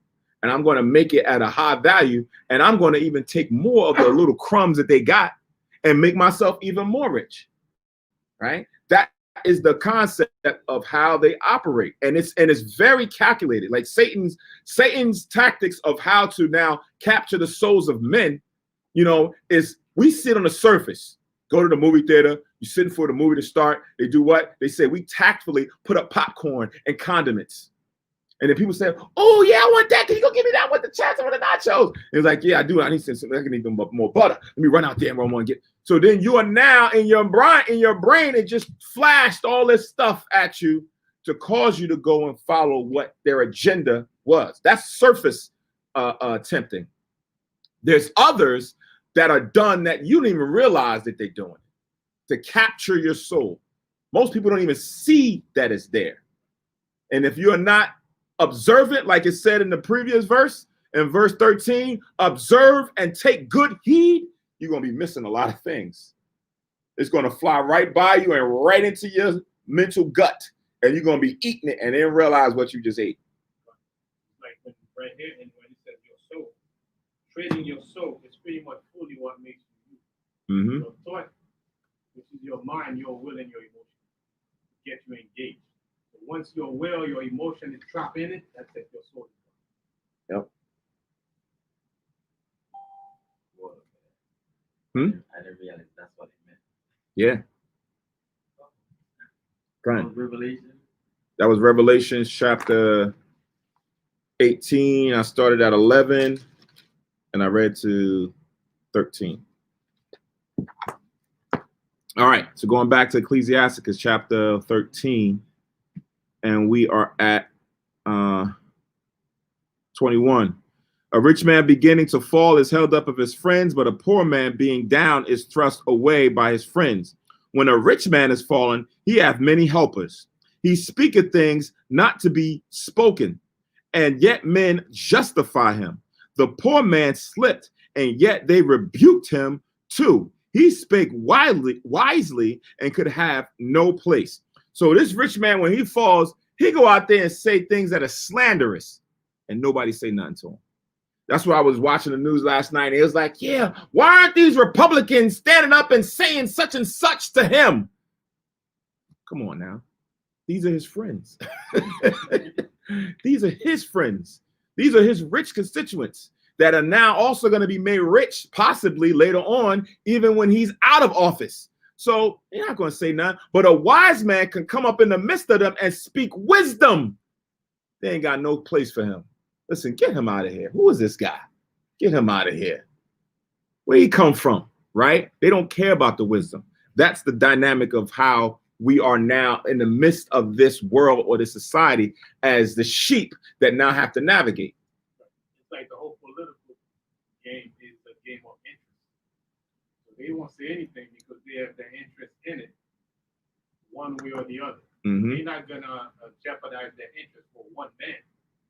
Right, so they're gonna be very careful on how they, navigate so that they can keep that interest going. Right. So now, as us who are now being advised here as we read Ecclesiasticus, now we see this is the dynamic of most rich people who have wealth or who have power, who have esteem and notoriety. So now when we get into the fellowship, this is what is cautioning us about the fellowship that we have with them, because this is the dynamic that they operate in. So it's not saying that all rich men is like this. Most rich men is like this. Take heed and observe who they are, right? Go to Timothy's real quick, because even in this, the Lord guides us on how we should be, right? 1 Timothy's chapter 16. 1 Timothy chapter 16.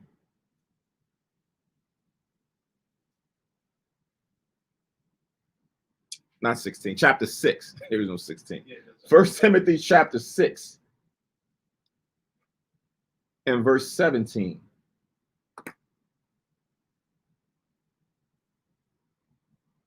All right.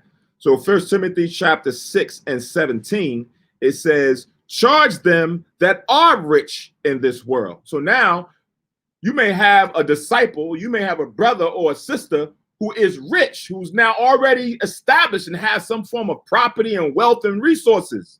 So now when they want to come in, this is what you got to now go and teach and advise them, that they be not high-minded, because we know riches and power makes a person proud and high-minded. You coming into this truth and you have these riches, you got to humble yourself.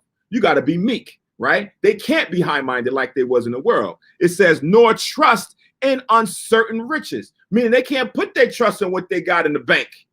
They can't put their trust in how many properties they got that's established. You got about, I don't know, 20 properties all over the place. And you put your trust in that. Most High can have a tornado come through and destroy that whole thing, right? So if you put your trust, you're going to go right along with it. Can't be there, right? It says, but in the living power. Those things, that money, that property, those investments can become very, a benefit to you if you put your trust in the Most High, right? That's when it's going to be a blessing. Then it says, who giveth us richly all things to enjoy. Like Paquan said, everything in the earth is of the Most High. It was his intention to give us these different things. But through sin, those things had to be marginalized and peeled back. So it is his intention to give you these things, but you got to make sure you trust in the living power with it. Verse 18, that they do good, that they be rich in good works, ready to distribute, willing to communicate. So when you do have that, this is what you got to be just like everybody else. You got to be willing to distribute and give alms and do certain things for your people and communicate. How you doing, brother? What you need? Let me break down something to you. Let me caution you about going over there. I would advise not doing. You got to be able to go and give them the same knowledge as it was freely given to you. Verse 19, laying up in store for themselves a good foundation against the day to come.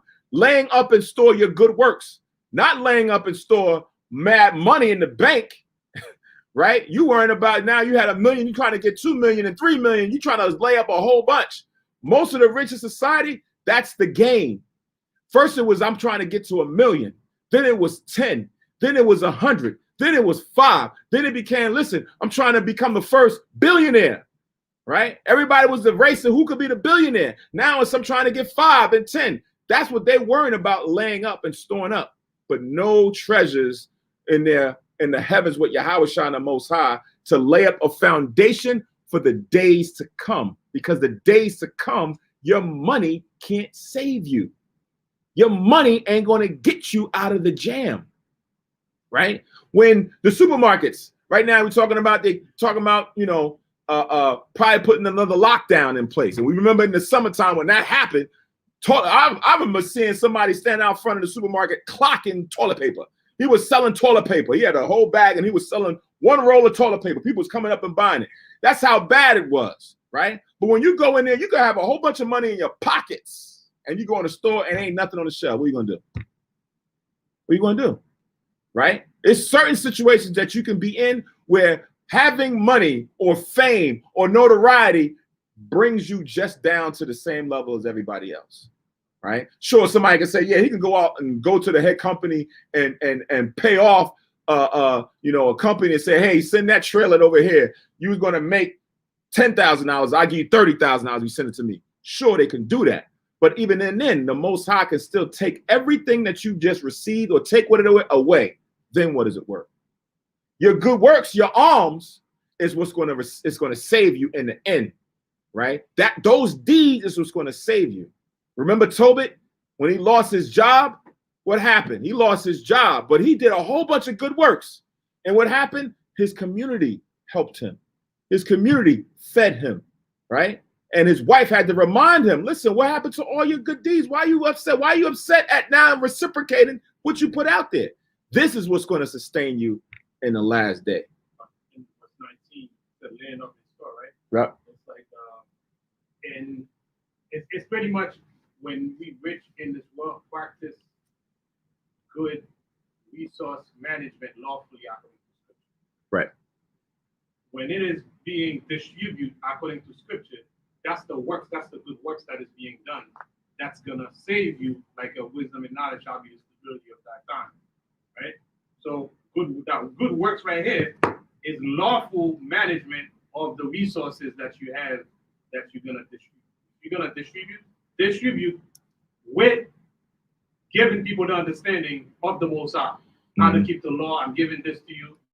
I'm showing you how to fish now, but I'm not gonna be feeding you. Go out there and do something so you can do it for somebody else. While you giving that riches, but you educating the people spiritually so they can go out and continue that same good work. Con. All right, let's go back. Ecclesiasticus 13 and 23 now.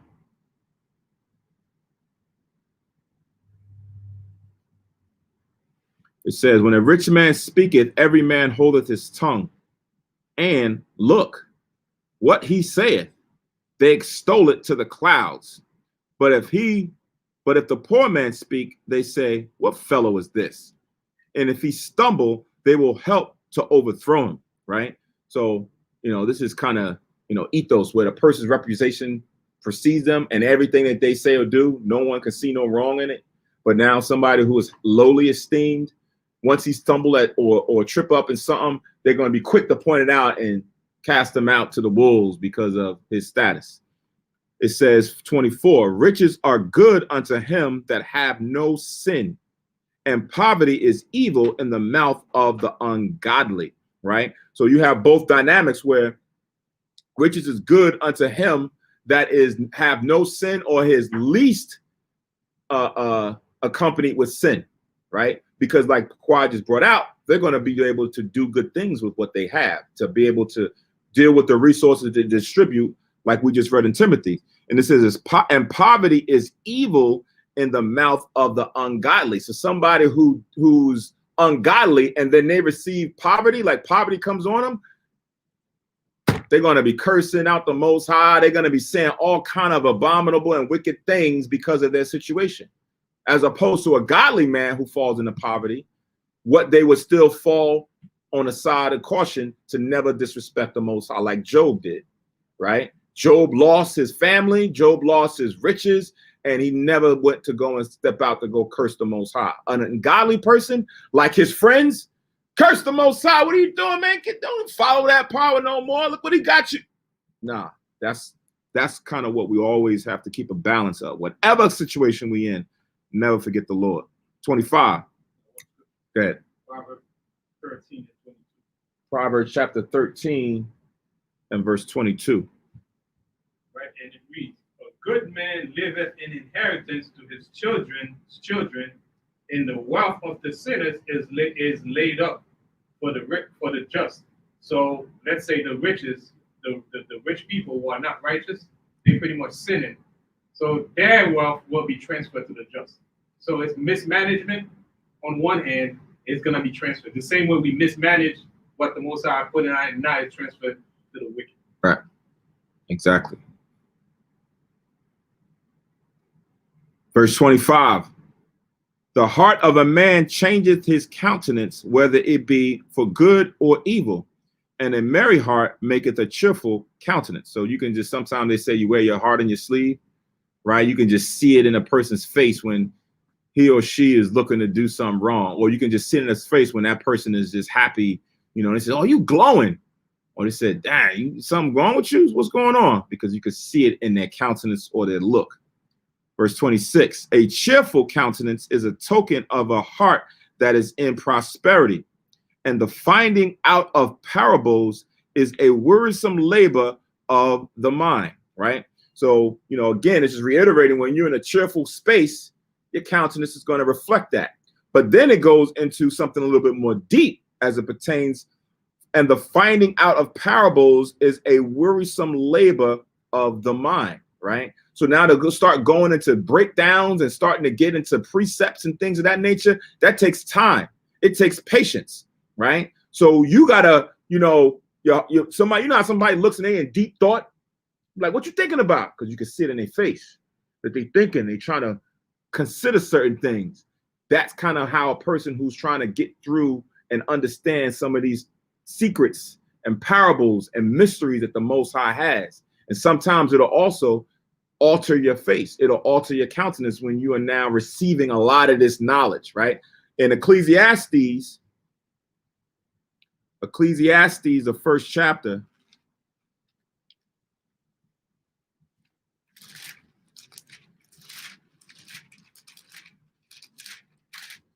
Ecclesiastes chapter 1,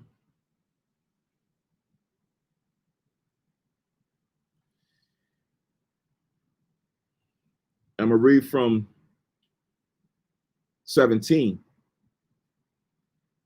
Ecclesiastes chapter 1, verse 17 to 18. It says, and I gave my heart, meaning my mind, to know wisdom and to know madness and folly. I perceive that this also is vexation of spirit.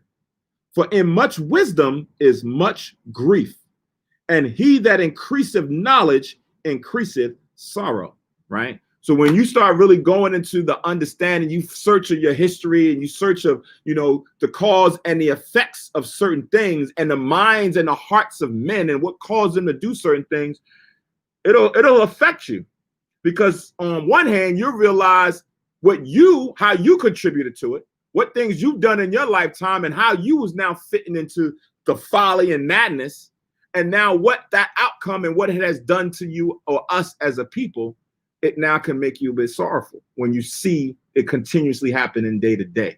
So that's what it's getting at when it talks about, and the finding out of parables is a wearisome labor of the mind. It takes time, care, and patience with the Most High to be able to go into these chambers and realize and get that knowledge as far as for what the Lord has hidden from from most, but has revealed it to you. Ecclesiastes 1, 17 and 18.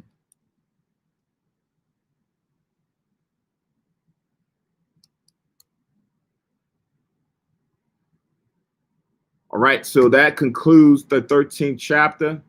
It's about 1:35. We'll come back a little bit 5 after 2, take a 30-minute break, grab a quick bite to eat lawfully, meaning no kindling of fire, of course, and we'll come back to conclude with the second half in the 14th chapter. All right, so 2:05, we'll reconvene, Most High's will, approximately for the second half. All right, Shalom.